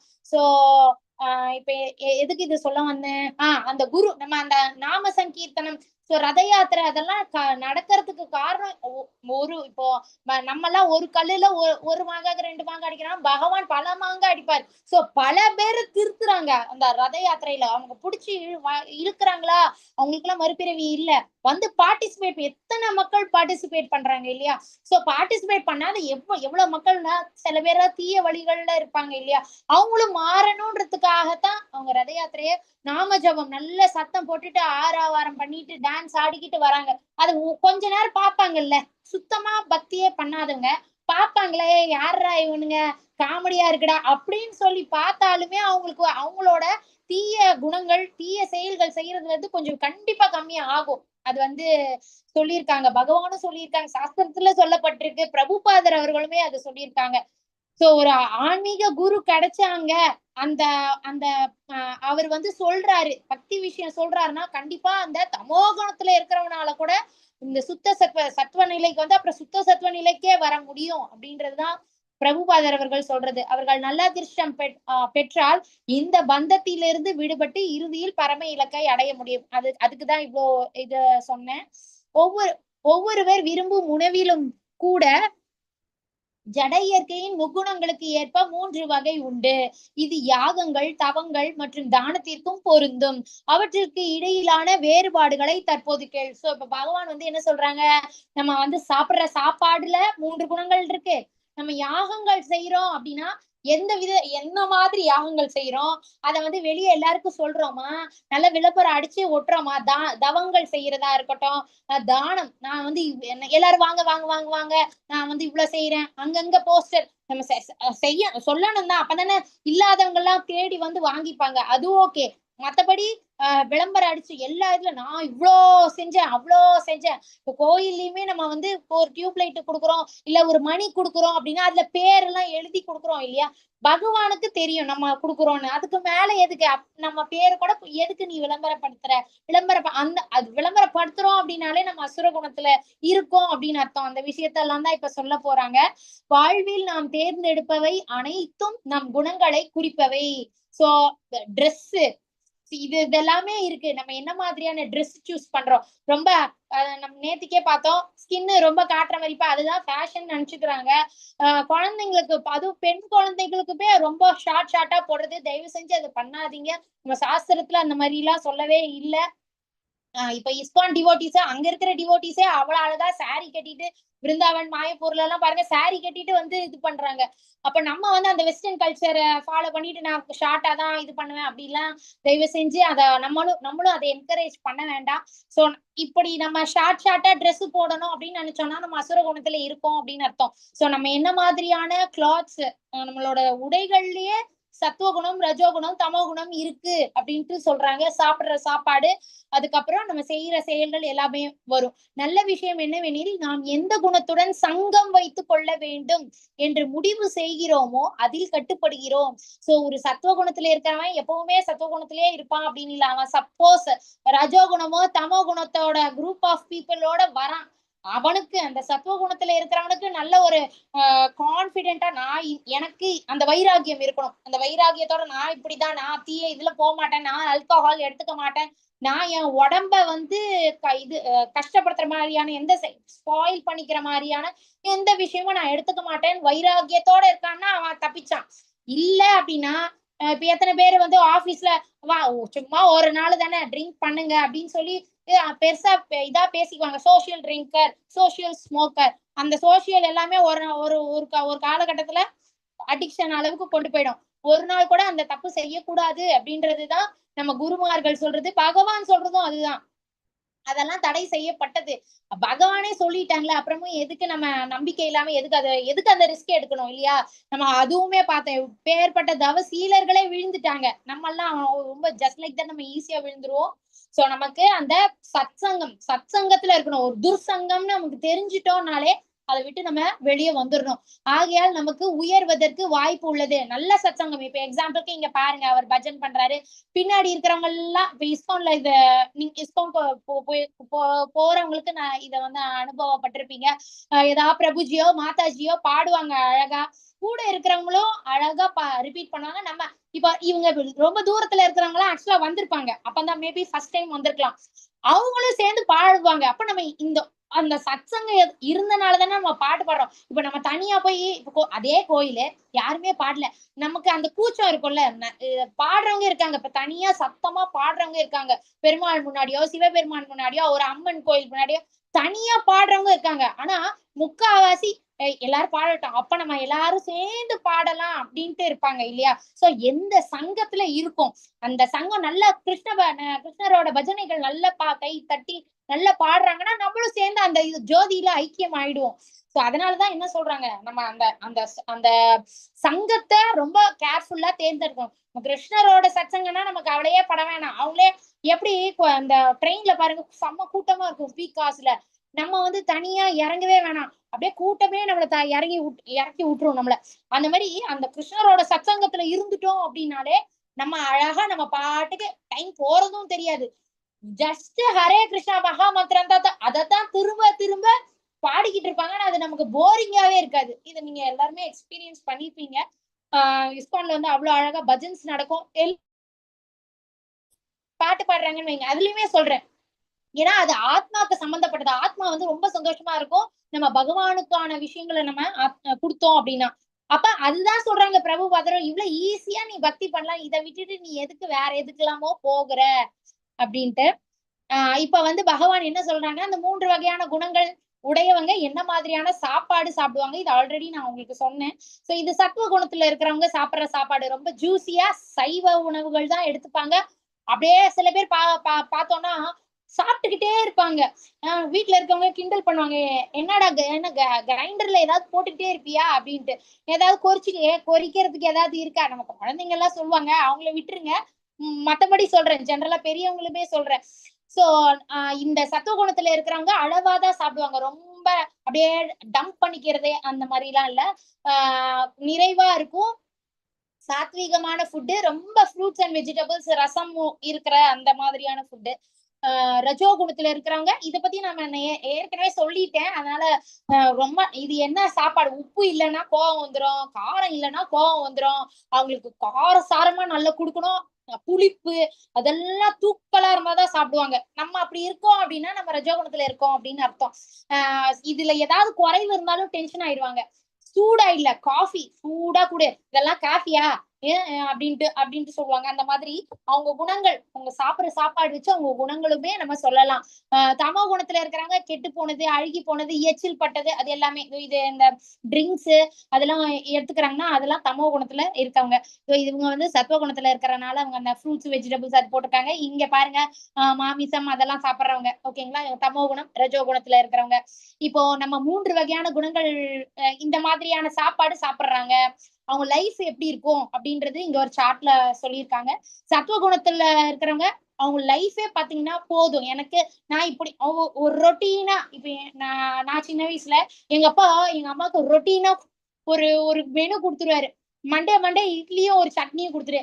எங்க அம்மா எனக்கு எங்க அண்ணனுக்கு இட்லி சட்னியை கட்டி கொடுத்துருவாங்க. எங்க அப்பா டீச்சரா இருந்தாங்க, சோ எங்க அப்பாவுக்கும் அதே தான் இது பண்ணுவாங்க. டியூஸ்டே லெமன் ரைஸும் ஒரு பொரியல் கொடுத்துரு. வெனஸ்டே தயிர் சாதம் ஒரு பொரியல். இந்த மாதிரி ஒரு சார்ட்டே கொடுத்துருவாங்க. இப்படின்ட்டு அப்படின்னு ஒரு பக்காவா பிளான் போட்டு கொடுத்துருவாங்க.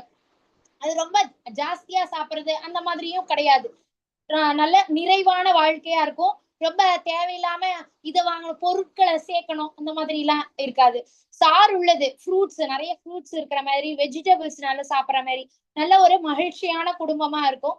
விளைவு அவங்களோட லைஃப் ஸ்பேனும் பாத்தீங்கன்னா நல்ல ரொம்ப நல்ல நிறைய ரொம்ப நாள் வாழ்வாங்க. டிசீஸ் இல்லாமலும் வாழ்வாங்க. யாரு சத்துவ குணத்துல இருக்கிறவங்க. தூய்மைப்படுத்துகிறது அவங்களோட சாப்பாடு, நல்ல சாப்பாடு, நல்ல ஆரோக்கியமான healthy food, healthy lifestyle இருக்கிறனால both physical as well as மென்டலா பியூரா இருப்பாங்க. இதுதான் நேத்திக்கு கூட நம்ம சாப்டர் 16th ஆக்சுவலா நான் சொல்லியிருந்தேன். நம்ம பிசிக்கலா பகவான் அது சொல்றாங்க, நீங்க பிசிக்கலாவும் தூய்மையா இருக்கணும், மென்டலாவும் தூய்மையா இருக்கணும். பிசிக்கலா நம்ம ஒரு நாளைக்கு 2 டைம்ஸோ 3 டைம்ஸோ குளிச்சு நம்ம சுத்தப்படுத்திக்கிறோம். மென்டலா எப்படி நம்ம பியூரிஃபை ஆகுறது அப்படின்னா நாம ஜபம். கலியுகத்துல நாம ஜபம் தான். சோ நாம ஜபம் பண்ணிக்கிட்டே இருக்கணும். பண்ண கண்டிப்பா நம்மளோட உள்ளமும் மனசும் பியூரிஃபை ஆகும். பலம், நல்ல ஆரோக்கியமா இருப்பாங்க, நோயின்றி இருப்பாங்க, மகிழ்ச்சியோட இருப்பாங்க. யாரு சத்துவ குணத்துல இருக்கிறவங்க. இப்ப தீவிர குணம் அதாவது ரஜோ குணத்துக்கு பாருங்க ரெட் கலர். ஏன்னா அவங்க அப்படியே ஆக்ரோஷமா இருக்காங்க, ரொம்ப கோவம் ரொம்ப பர்ஃபெக்டா எதிர்பார்ப்பாங்க. இங்க சத்துவ குணத்துல இருக்கிறவங்க பாத்தீங்கன்னா, இப்போ உதாரணத்துக்கு ஃபேமிலியிலே சொல்றேன், அப்பா வந்து கொஞ்சம் அந்த சத்துவ குணத்திலே இருக்காருன்னா குழந்தைங்க ஏதாவது தப்பு செய்யுதுங்க அப்படின்னா கூட அது கண்டுக்க மாட்டாங்க. சரி தப்பு பண்ணுதான், சரி விடு அப்படின்ட்டு விட்டுருவாங்க. இதே அப்பா வந்து நல்ல ரஜோ குணத்துல இருக்காரு, நல்ல காரசாரமா சாப்பாடு சாப்பிடுறவரு, டானு காஃபி வந்துடணும், டானு சாப்பாடு வந்துடணும், இல்லைன்னா அம்மாவை போட்டு அம்மா அவ்வளவுதான் காலி. அந்த பசங்க ஏதாவது அப்பா ஆபீஸ்க்கு கிளம்புறப்போ ஏதாவது நீ காணோம் வைக்கலன்னா அவ்வளவுதான், பெரிய ஒரு பூகம்பமே வந்துடும் வீட்டுல. சோ அவங்க அந்த ரஜோ குணத்துல இருக்கிறவங்களோட சாப்பாடு எப்படி கசப்பா இருக்கிற மாதிரியான சாப்பாடு சாப்பிடுவாங்க, புளிப்பா இருக்கிற மாதிரி. இது வந்து இங்க இந்த சத்துவ குணம், இந்த ஃபுட்டை சத்துவ குணத்துல இருக்கிறவங்களுக்கு கொடுத்தீங்கன்னா அவங்களால சாப்பிடவே முடியாது. அப்புறம் சூடு, எதுனாலும் சூடா கூட காரம் அப்படியே கண்ணுல இருந்து தண்ணி வரும், மூக்குல இருந்து தண்ணி வரும். ஆனாலும் தொடச்சுக்கிட்டு எனக்கு குடு உப்பு, நல்லா உப்பெல்லாம் இருந்துட்டு எரிவது, அதாவது சுட இப்படி எல்லாம் சாப்பாடு சாப்பிட்டுட்டு லைஃப் ஃபுல்லா ஒரு மனுஷன் சின்ன வயசுல இருந்து இப்படி இருக்கான். 80 வயசு வரைக்கும் இதேதான், அவன் குணத்துல எந்த மாற்றமும் இல்லை. எல்லாரையும் இது பண்ணிக்கிட்டு, கமெண்ட் பண்ணிக்கிட்டு, அதிகாரம் பண்ணிக்கிட்டு, நான் இப்படிதான், இதுக்குமே நான் இந்த பர்ஃபெக்ஷனை நான் எதிர்பார்ப்பேன். இதுல எல்லாரும் இப்படி பர்ஃபெக்டா செஞ்சிடணும். யாரும் வந்து எதுவும் இதுக்கு நான் சொல்றது பேச்ச மீறி எதுவும் நடக்க கூடாது. இப்படி இந்த இதுலயே இருந்தாருன்னா அவருக்கு வந்து அவரோட லைஃப் எப்படி இருக்கும்னா, துன்பமும் துயரம், வியாதி, பிபி இருக்கும், சுகர் இருக்கும், இன்னும் என்னென்ன வியாதி எல்லாம் இருக்குமோ எல்லாமே வந்துடும். யாருக்கு? ரஜோ குணத்துல இருக்கிறவங்களுக்கு. ஏன்னா இப்ப சத்துவ குணத்துல இருக்க நிறைய பேர் பாருங்க, ஒருத்தர் சொல்றாரு எனக்கு 75 வயசு ஆகுதுன்றாரு, ஆனா பாக்குறதுக்கு பார்த்தா 40 வயசு ஆள் மாதிரி இருக்காரு. அவர் என்ன சொல்றாருன்னா, நான் காலையில வந்து வெறும் நட்ஸ் அது இதுன்னு தான் சாப்பிடுவேன், நான் வந்து ரொம்ப இட்லி தோசை அதெல்லாம் சாப்பிடுறது கிடையாது, ரொம்ப ஆரோக்கியமான ஃபுட்டு பார்த்து பார்த்து சாப்பிட்டு எக்ஸசைஸ் பண்ணி அவ்வளவு இதா வச்சுக்கிறாரு அவரு. அப்புறம் இங்க தமோ குணத்துல, ஏன்னா அவங்க தமோ குணத்தை அறியாமை குணம்னு சொல்றாங்க. ஏன்னா அவங்களுக்கு தெரியவே இல்லை இப்படி எல்லாம் இருக்க கூடாதுன்ற அறிவே அவங்களுக்கு இல்ல. அவ்வளவு கம்ப்ளீட் இக்னோரன்ஸ்ல இருக்கிறவங்க யாருன்னா தமோ குணத்துல இருக்கிறவங்க. அவங்க சாப்பிடுற சாப்பாடு அழுகி போனது, கெட்டு போனது. நான் இதுக்குமே ஒரு எக்ஸாம்பிள் சொன்னேன் இல்லையா? ஒரு நாடு இருக்காது, எந்த நாடுன்னு தெரியல, ஆனா நம்ம நாடு இல்ல, ஏதோ தாய்லாண்டா ஏதோ ஒரு ஊரு, ஒரு பேரல் ஃபுல்லா செத்து போன எலி, அதுவும் அது ரோட்ல இந்த வெஹிக்கிள்ஸ்ல செத்து போன அந்த எலியெல்லாம் போட்டு போட்டு வச்சு அதை மூடி வச்சு அதுக்குள்ள ஏதோ ஒரு லிக்விட் ஆட் பண்ணி அத சாப்பிடுறாங்க. சோ கெட்டு போனது, அழுகி போனது, இத சாப்பிடுறவங்களும் இருக்காங்க இன்னும் கூட. சோ அவங்க எல்லாம் எந்த குணத்துல இருக்காங்க? தமோ குணத்துல, அறியாமை குணத்துல இருக்காங்க. அழுகியது, அப்புறம் தீண்டத்தகாது, யாருமே அத இது பண்ண மாட்டாங்க, அந்த மாதிரியான சாப்பாடு சாப்பிடுறவங்க இருக்காங்க. அப்ப அவங்களுக்கும் டிசீஸ் இருக்கும், டிசீஸ நல்லா ஸ்ப்ரெட் பண்ணுவாங்க அவங்க, அந்த மாதிரி தமோ குணத்துல இருக்கிறவங்க. ஏன்னா அவங்க சுத்தமும் இல்ல இல்லையா? சுத்தமே இல்லாத ஒரு சாப்பாடு சாப்பிட்டுட்டு இருக்காங்க. மாசுபடுத்தும் அவங்க எல்லாம் இளமையில் மரணம் அடைகிறவங்களாவும் இருப்பாங்க அப்படின்னு பகவான் சொல்றாங்க. சோ வாழ்க்கைக்கான பாடம் என்னன்னு பார்த்தா, நம்ம சாப்பிடுற சாப்பாடு வச்சுதான் இப்ப நம்ம டாக்டர்கிட்ட போறோம், நம்ம எல்லாருக்குமே தெரியும் இல்லையா?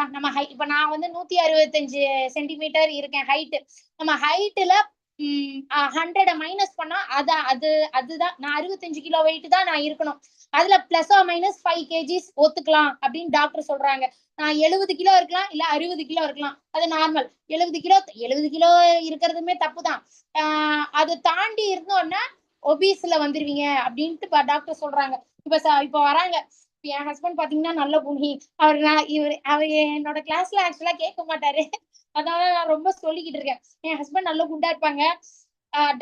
நாங்க டாக்டர்கிட்ட செக்அப்புக்கு போறோம் அப்படின்னா அவர் சொல்றாரு, எங்ககிட்டே சொல்றாரு, நான் வந்து உங்களை செக்கே பண்ண வேணாம், இப்ப உங்களை பார்த்தாலே தெரியுது நீங்க ஒபீஸா இருக்கீங்க அப்படின்ட்டு சொன்னாங்க. சோ டாக்டர் வந்து கண்டுபிடிச்சிருவாங்க இல்லையா? ஏன்னா என் ஹஸ்பண்ட் ஐடில இருக்காங்க, எக்ஸசைஸும் ரொம்ப ரொம்ப கம்மி, ரொம்ப உட்கார்ந்தே வேலை பாக்குறதுனால. ஆனா அவங்க சொல்லிதான் அனுப்புவாங்க, உங்க லைஃப் ஸ்டைலா மாத்திக்கோங்க, நீங்க இந்த ஃபுட்டை தான் சாப்பிடணும். அத மாதிரி எப்படி நம்ம அந்த இதுக்குள்ள வச்சுக்கணும், அதே மாதிரிதான் நம்ம சாப்பிடுற சாப்பாடு ஒழுங்கான சாப்பாடை சாப்பிட்டு அப்பதான் நம்ம சாத்வீகமான ஃபுட்டு சாப்பிடுறதுதான் நமக்கு உடம்புக்கும் நல்லது, மனசுக்கும் நல்லது. சோ நம்ம சாத்வீகமான ஃபுட்டை சாப்பிட்டாதான் நல்ல நல்ல செயல்கள்லயும் ஈடுபடுவோம், பிரச்சனை இல்லாம, யாருக்கும் மத்தவங்களுக்கும் தொந்தரவு கொடுக்காம, சண்டை சச்சரவு அதெல்லாம் போடாம இருப்போம். சோ நம்ம சாப்பிடுற சாப்பாடு ரொம்ப ரொம்ப முக்கியம். இப்ப பிரபுபாதர் அவர்கள் என்ன சொல்றாங்க அப்படின்னா, மிகச்சிறந்த உணவு உலகத்திலே எதுனா கிருஷ்ண பிரசாதம் தான். நம்ம இங்க பாருங்க, ஒரு பிரபுஜி அவர் திலக் வச்சிருக்காரு நெத்தியில, சமைக்கிறாரு. அவர் சமைக்கிறப்பவும் பகவானோட நாமத்தை சொல்லிக்கிட்டே தான் சமைப்பாரு. சோ இது வந்து அவருக்கு மட்டும் இல்ல, நம்மளும் இதே ஃபாலோ பண்ணலாம். வீட்டுல நம்ம ஹரே கிருஷ்ணா மகாமந்திரம் சொல்லிக்கிட்டே எல்லாம் அப்படியே கிருஷ்ணர் கிட்ட பேசிக்கிட்டே, கிருஷ்ணா உனக்கு இது பிடிக்குமா, நான் இன்னைக்கு வெண்டைக்காய் பொரியல் செய்ய போறேன், இன்னைக்கு வெண்டைக்காய் பொரியல மோர் குழம்பு செஞ்சு தரேன், உனக்கு ஆஃபர் பண்றேன், அப்படியே பேசிக்கிட்டே கிருஷ்ணருக்கும் ஆஃபர் பண்ணிட்டு அதுக்கப்புறம் நம்ம எடுத்துக்கணும். இதோ பாருங்க, இங்க ராதையும் கிருஷ்ணரும் இருக்காங்க. நம்ம என்னெல்லாம் சமைக்கிறோமோ எல்லாத்தையுமே பகவானுக்கு கிட்ட வச்சு, ஒரு ஃபுட் ஐட்டம்லயும் ஒரு துளசி தளம் போட்டுட்டு, இப்ப ஏதாவது பாயசம் செய்யறோம், இல்ல ஒரு ஜூஸ் செய்யறோம், எல்லாமே பகவானுக்கு முன்னாடி வச்சுட்டு நல்லா வேண்டிக்கிட்டு, பகவானே நீங்க சாப்பிடுங்க அப்படின்னு சொல்லி பகவானுக்கு ப்ராப்பரா ஆஃபர் பண்ணிட்டு அதுக்கப்புறம் நம்ம எடுத்துக்கலாம். அப்படி நம்ம எடுத்துக்கிறப்போ கண்டிப்பா நம்ம நல்ல ஆரோக்கியத்தோடவே இருப்போம். பரமபுருஷ பகவான் உண்ட மிச்சம் அதுதான் பிரசாதம், கிருஷ்ண பிரசாதமா நம்ம எடுத்துக்கணும். பிரபுபாதர் அவர்கள் ஃபுல் அண்ட் ஃபுல் அந்த சுத்த சத்துவ நிலையில தான் இருந்து ஃபுட் எல்லாம் ஆஃபர் பண்ணி, ஏன்னா அவர் ஃபாரினர்ஸ் அந்த 4 தமோ குணத்துல மூழ்கி இருந்தவங்க ஃபாரினர்ஸ். அவங்களுக்கு அந்த கான்செப்டே கிடையாது இல்லையா. இதை பத்தி நிறையவே நம்ம பேசணும். சோ அங்க போயுமே சுத்த சத்துவ நிலையில இருந்து கிருஷ்ண பிரசாதத்தை கொடுத்தே அவங்களை கிருஷ்ண பக்தர்களா மாத்தினாங்க பிரபுபாதர் அவர்கள். அதனால அவங்க என்ன சொல்றாங்க, என்னால அங்க போயே முடிஞ்சுது அப்படின்னா நீங்க உங்க குடும்பத்துல இருந்தே ஸ்டார்ட் பண்ணுங்க. முதல்ல நம்ம இந்த வெங்காயம் பூண்டு அதெல்லாம் தவிர்த்துட்டு, ஏன்னா பகவானுக்கு அது பிடிக்காது.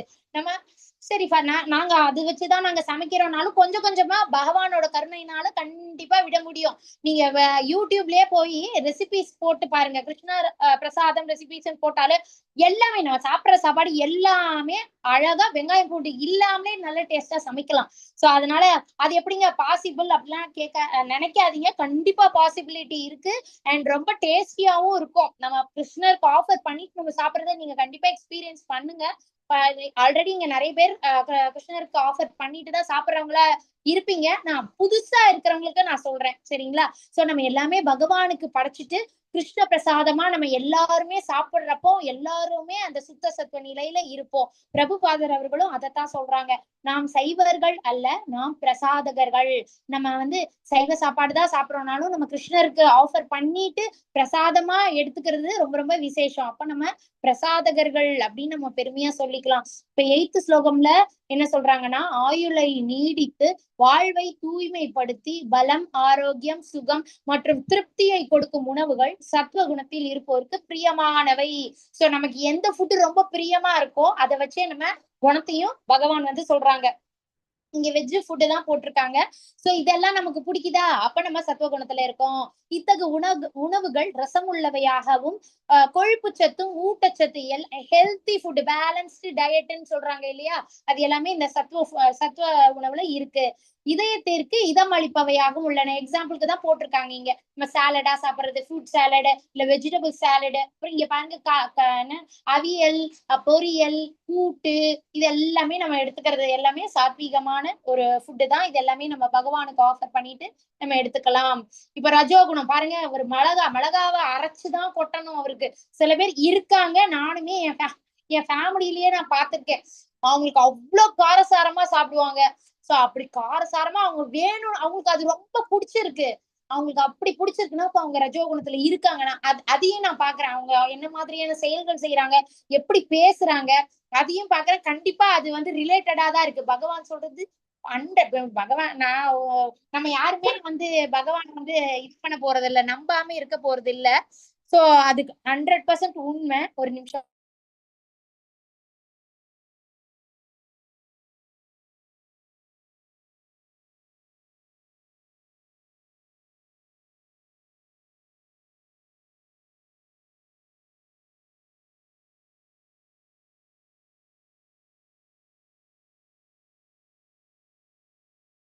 ஹரே கிருஷ்ணா, சாரி. சோ இப்ப என்ன சொல்லிட்டு இருந்தேன், அவங்கள மாதிரி நான் பார்த்திருக்கேன் மனுஷங்களையும். அவங்க பேசுறது அப்புறம் அவங்க செயல்கள் எல்லாமே ரஜோகுணம் சம்பந்தப்பட்டவைதான். அது எல்லாமே நான் இப்ப புரிஞ்சுக்கிறேன். பகவத்கீதை படிக்க படிக்க என்னால இந்த மனிதர்கள் இந்த குணத்துல இருக்காங்க, நான் எந்த குணத்துல இருக்கேன், என்னோட செயல்கள் வச்சு அதுவுமே என்னால புரிஞ்சுக்க முடியுது. மிகவும் கசப்பான,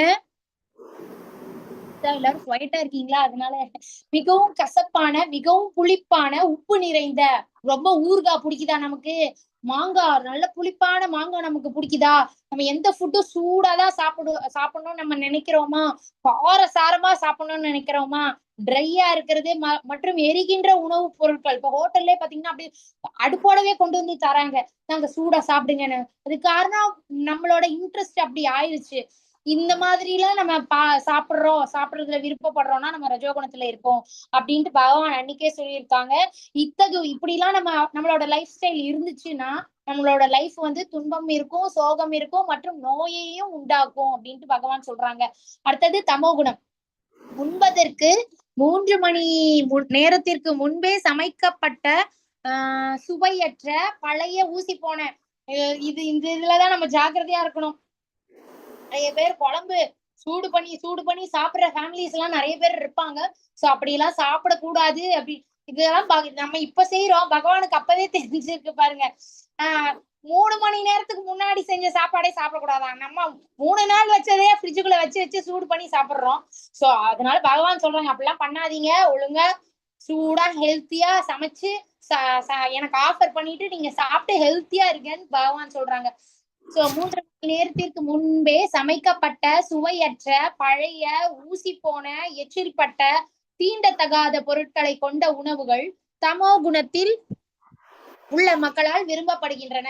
சோ நம்ம அந்த அளவுக்கு ரொம்ப எக்ஸ்ட்ரீம் இல்ல, ஆனா நம்மளுமே 2 நாள் வச்சது அந்த மாதிரிலாம் சாப்பிடுற இது இருந்ததுன்னா மாத்திக்கோங்க, அந்த மாதிரிலாம் பண்ண வேண்டாம். சத்வகுணம் ஏற்கனவே நம்ம பார்த்த மாதிரி ஆரோக்கியமான ரசமுள்ளவையாக திருப்தி அளிக்கும் உணவுகளா இருக்கும் சத்வகுணத்துல இருக்கிறவங்க சாப்பிடுற உணவுகள். ஆயுளை நீடித்து வாழ்வை தூய்மைப்படுத்தி பலம் அளித்து நோயற்ற மகிழ்ச்சி, இதுவும் நம்ம ஏற்கனவே பார்த்துட்டோம் இல்லையா.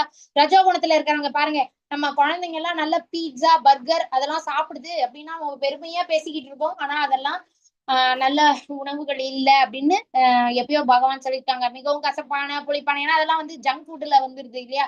நாங்க வெஜிடபிள்ஸ் எல்லாம் ஸ்டஃப் பண்ணி தான் கொடுக்குறோம் அப்படின்னாலுமே வேண்டாம், அதை வந்து நம்ம தவிர்க்கலாம். ஏன்னா நம்மளோட கிளைமேட்டுக்கு, ஆனா முக்காவாசி குழந்தைங்களுக்கு அதுதான் பிடிக்குது. சூடான கடுமையான எரிகின்ற அது அந்த மாதிரி ஃபுட்டு வந்து ரஜோகுணம். அவங்களோட அப்ப லைஃப்ல அவங்க இந்த மாதிரியான விஷயங்கள் தான் இருக்கும். துன்பம், சோகம், நோய், டிசீஸ். நம்ம எத்தனை தடவை ஹாஸ்பிட்டலுக்கு போறோம், அது எல்லாமே நம்ம ஃபுட்டை வச்சு இருக்கு இல்லையா. டாக்டர் முதல் கேட்கிற கேள்வியே என்னது, என்ன சாப்பிட்டீங்க அப்படின்றதா கேட்பாங்க. இப்ப வயிறு சம்பந்தப்பட்ட ஏதோ வயிறு இதாயிடுச்சு, ரொம்ப வயிறு வலிக்குது, நம்ம போறோம், முதல்ல கேட்கறதே அதான் கேட்பாங்க, என்ன சாப்பிட்டீங்க அப்படின்றதான் கேட்பாங்க. சோ நம்ம சாப்பிடுற சாப்பாட்டுக்கும் இது நம்மளோட ஆரோக்கியத்திற்கும் ரொம்ப ரொம்ப இது உண்டு, குணத்துக்கும் தான்.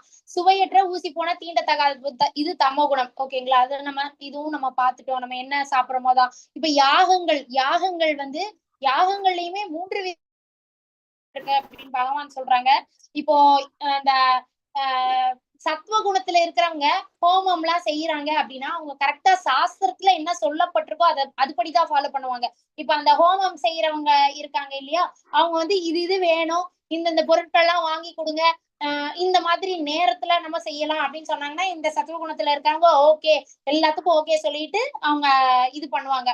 கடமையாக செய்வது, அதாவது ரொம்ப கண்ணு கருத்துமா எந்த தப்பும் வந்துடக்கூடாது அப்படின்றதுல நல்லா கரெக்டா பண்ணணும் அப்படின்னு நினைப்பாங்க. வெகுமானம் எதிர்பார்க்காமல் செய்வது, பலன்கள் நிறைய வரணும்னு ரொம்ப எதிர்பார்ப்பு இருக்காது, ஆனா கண்டிப்பா செய்யணும் அப்படின்ட்டு இருக்கும் சத்துவகுணத்துல இருக்கிறவங்க.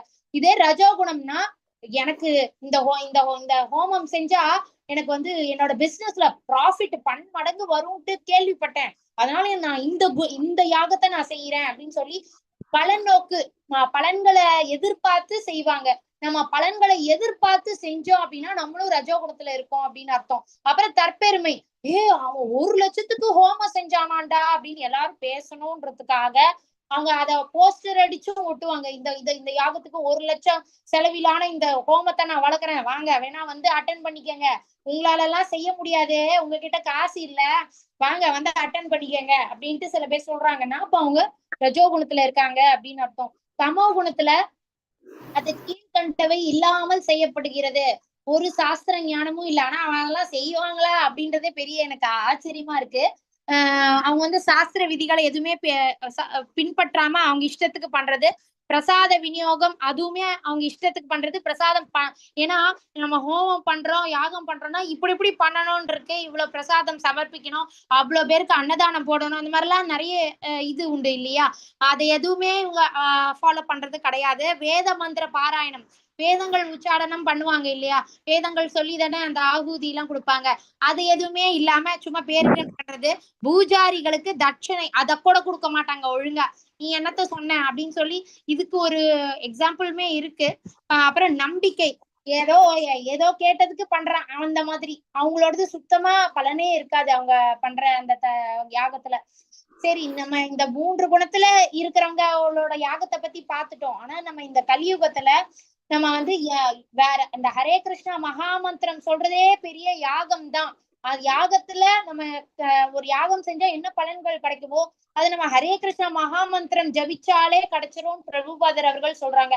அதனாலதான் நீங்க ஒரு நாளைக்கு 16 அந்த மாலை எதுக்கு சொல்றோம்னா நம்மளோட நல்லதுக்குதான். நல்ல நம்ம அந்த கிருஷ்ணரோட ப்ரொடெக்டிவ் கவரிங்குள்ள நம்ம வந்துரும். அதனால இந்த நாம ஜபத்தை நம்ம விடக்கூடாது, அதுதான் பெரிய யாகம் அப்படின்னு பிரபுபாதர் அவர்கள் சொல்றாங்க. இப்ப இந்த ஸ்லோகம் இது பாகவதம்ல இருந்து சொல்லப்பட்டிருக்கு. சத்திய யுகத்தில் விஷ்ணுவின் மீது தியானம் செய்வதாலும் திரேதா யுகத்தில் யாகங்கள் செய்வதாலும் துவாபர யுகத்தில் பகவானின் தாமரை பாதங்களுக்கு சேவை செய்வதாலும் என்னென்ன பலன்கள் கிடைத்தனவோ அவற்றை கலியுகத்தில் ஹரே கிருஷ்ண மகாமந்திரம் ஜபிப்பதனாலேயே பெற முடியும்னு பாகவதத்திலே சொல்லப்பட்டிருக்கு. சோ அந்த 4 யுகம் இருக்கு இல்லையா, சத்திய யுகம், திரேதா யுகம், துவாபர யுகம். துவாபர யுகம்ல அந்த யுகத்துலதான் பகவான் கிருஷ்ணர் வந்து லீலைகள் பண்ணது எல்லாமே துவாபர யுகம். திரேதா யுகத்துல ராமர் வந்தது. சத்திய யுகம் அதுக்கும் முன்னாடி யுகம். சோ அந்தந்த யுகத்துல பலன்கள் வேணும்னா அவ்வளோ கஷ்டப்படணும், அவ்வளோ யாகங்கள் செய்யணும், இல்ல தவங்கள் செய்யணும், அந்த மாதிரி எல்லாம் இருக்கு. நம்ம இப்ப கலியுகத்துல இருக்கோம். கலியுகத்துல ஜஸ்ட் நாம ஜபம் செஞ்சாலே அந்த யாகங்கள்லாம் என்ன செஞ்சோமோ அந்த பலன்கள் கிடைச்சிரும்னு பாகவதத்திலே சொல்லப்பட்டிருக்கு அப்படின்ட்டு இங்க பிரபுபாதர் சொல்றாங்க. சோ பிரபுபாதர் என்ன சொல்றாங்க, ஹரே கிருஷ்ண மகாமந்திரத்தை உங்கள் உயிர் நாடியாக ஆக்குங்கள். இதுதான் சைத்தன்ய மகாபிரபுவும் 500 years பிஃபோர் சொல்லியிருக்காங்க. சோ பிரபுபாதர் அப்படியே சொல்லல, சைத்தன்ய மகாபிரபு அவங்க வழி வழியா சொன்னதான் பிரபுபாதர் அவர்களும் சொல்லியிருக்காங்க. சோ ஹரே கிருஷ்ண மகாமந்திரத்தை நம்ம உயிர் மூச்சா நினைச்சுக்கிட்டு நம்ம டெய்லியுமே அத நல்லா சொல்லிக்கிட்டே வரணும். சாஸ்திர விதிகளின்படி கடமையை நிறைவேற்றுவதற்காக பலனை எதிர்பார்க்காத நபர்களால் செய்யப்படும் யாகம் சத்வகுணத்தை சார்ந்ததாகும். சோ யாரெல்லாம் யாகம் செய்யறாங்க அது தங்களோட பலனை எதிர்பார்த்து செய்யல.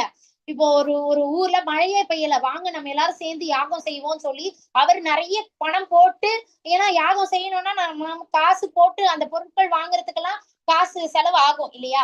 அவர் வந்து விளம்பரம் அடிச்சுலாம் ஒட்டல, இவ்வளவு ஆகுது நான் தான் போட்டேன் அப்படின்னு எந்த ஒரு விளம்பரமும் படுத்தல. நம்ம ஊருக்கு நல்லபடியா மழை பெய்யட்டும், வாங்க நம்ம எல்லாரும் சேர்ந்து பார்ட்டிசிபேட் பண்ணுவோம், எல்லாரும் சேர்ந்து நம்ம இதுக்கான ஏற்பாடுகளை செய்வோம் அப்படின்னு சொல்லி செய்யறாங்க அப்படின்னா அவங்க சத்துவ குணத்துல இருக்காங்க அப்படின்னு அர்த்தம் பகவான் சொல்லியிருக்காங்க. சாஸ்திர விதிகளின் சோ அப்படி அந்த மாதிரியா செய்யறாங்கல்ல, அவங்க கண்டிப்பா சாஸ்திர விதிகள் என்ன சொல்லப்பட்டிருக்கோ அதுபடி அவங்க நடந்துக்குவாங்க. கடமையை நிறைவேற்ற பலனை எதிர்பார்க்கும். சோ இதெல்லாமே சத்துவ குணத்துல செய்யப்படுற யாகம். இப்ப 12th ஸ்லோகம்ல, ஆனால் ஏதேனும் பௌதிக நன்மையை அடைவதற்காக அல்லது தற்பெருமைக்காக செய்யப்படும் யாகம் பாரதர்களின் தலைவனை ரஜோகுணத்தை சார்ந்தது. இதுவும் நம்ம இப்ப பார்த்தோம் இல்லையா.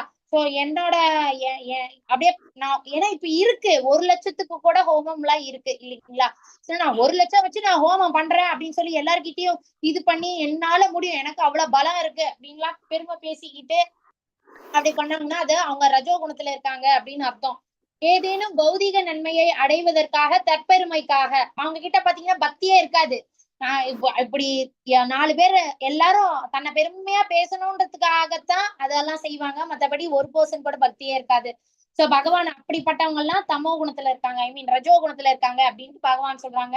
இப்ப இந்த ஸ்லோகத்துல சாஸ்திர விதிகளை மதிக்காமல் இதுவும் நம்ம அந்த இதுல பார்த்தோம் இல்லையா, பிரசாத வீடியோகள்லாம் இல்ல. மாதாஜி யாரோ வந்து அன்மியூட்டா இருக்காங்க. மதனா மாதாஜி நீங்க மியூட் பண்ணிடுங்க. மாதாஜி நான் கோஹோஸ்ட் பண்ணிருங்களேன் மாதாஜி. ஆக்சுவலா நான் வெளிய வந்துட்டேனால. நீங்க கோஹோஸ்ட் இல்லீங்களா? ஆமா மாதாஜி. ஓகே ஆக்கிடுறேன். சோ சாஸ்திர விதிகள் அதெல்லாம் பார்க்காம, ஏன்னா அந்த இது இறைச்சலா இருந்துகிட்டே இருக்கு மாதாஜி. நான் கோஹோஸ்ட் பண்ணிட்டேன் மாதாஜி. ஓகே சோ நம்ம சாஸ்திர விதிகள்லாம் அதெல்லாம் ஃபாலோ பண்ணாம பிரசாதம் கூட, ஏன்னா அது சொல்லப்பட்டிருக்கு ஹோமம்ல இப்படி நடக்கணும், வேதங்கள்ல கிளியரா சொல்லியிருக்காங்க. இப்படி இத்தனை பேர்களை வச்சு ஹோமம் வளர்க்கப்படணும், இந்த பொருட்கள்லாம் நம்ம ஆகூதி கொடுக்கணும், அந்த குடும்பத்துல இருக்கிறவங்க எல்லாம் இப்படி நடந்துக்கணும், உட்காரணும். முதல்ல எத்தனை பேர் ஹோமத்துல உட்கார்றாங்களா, உட்கார்ந்துதான் நான் அதெல்லாம் என்னால கீழே எல்லாம் உட்கார முடியாது, நான் சேர்ல.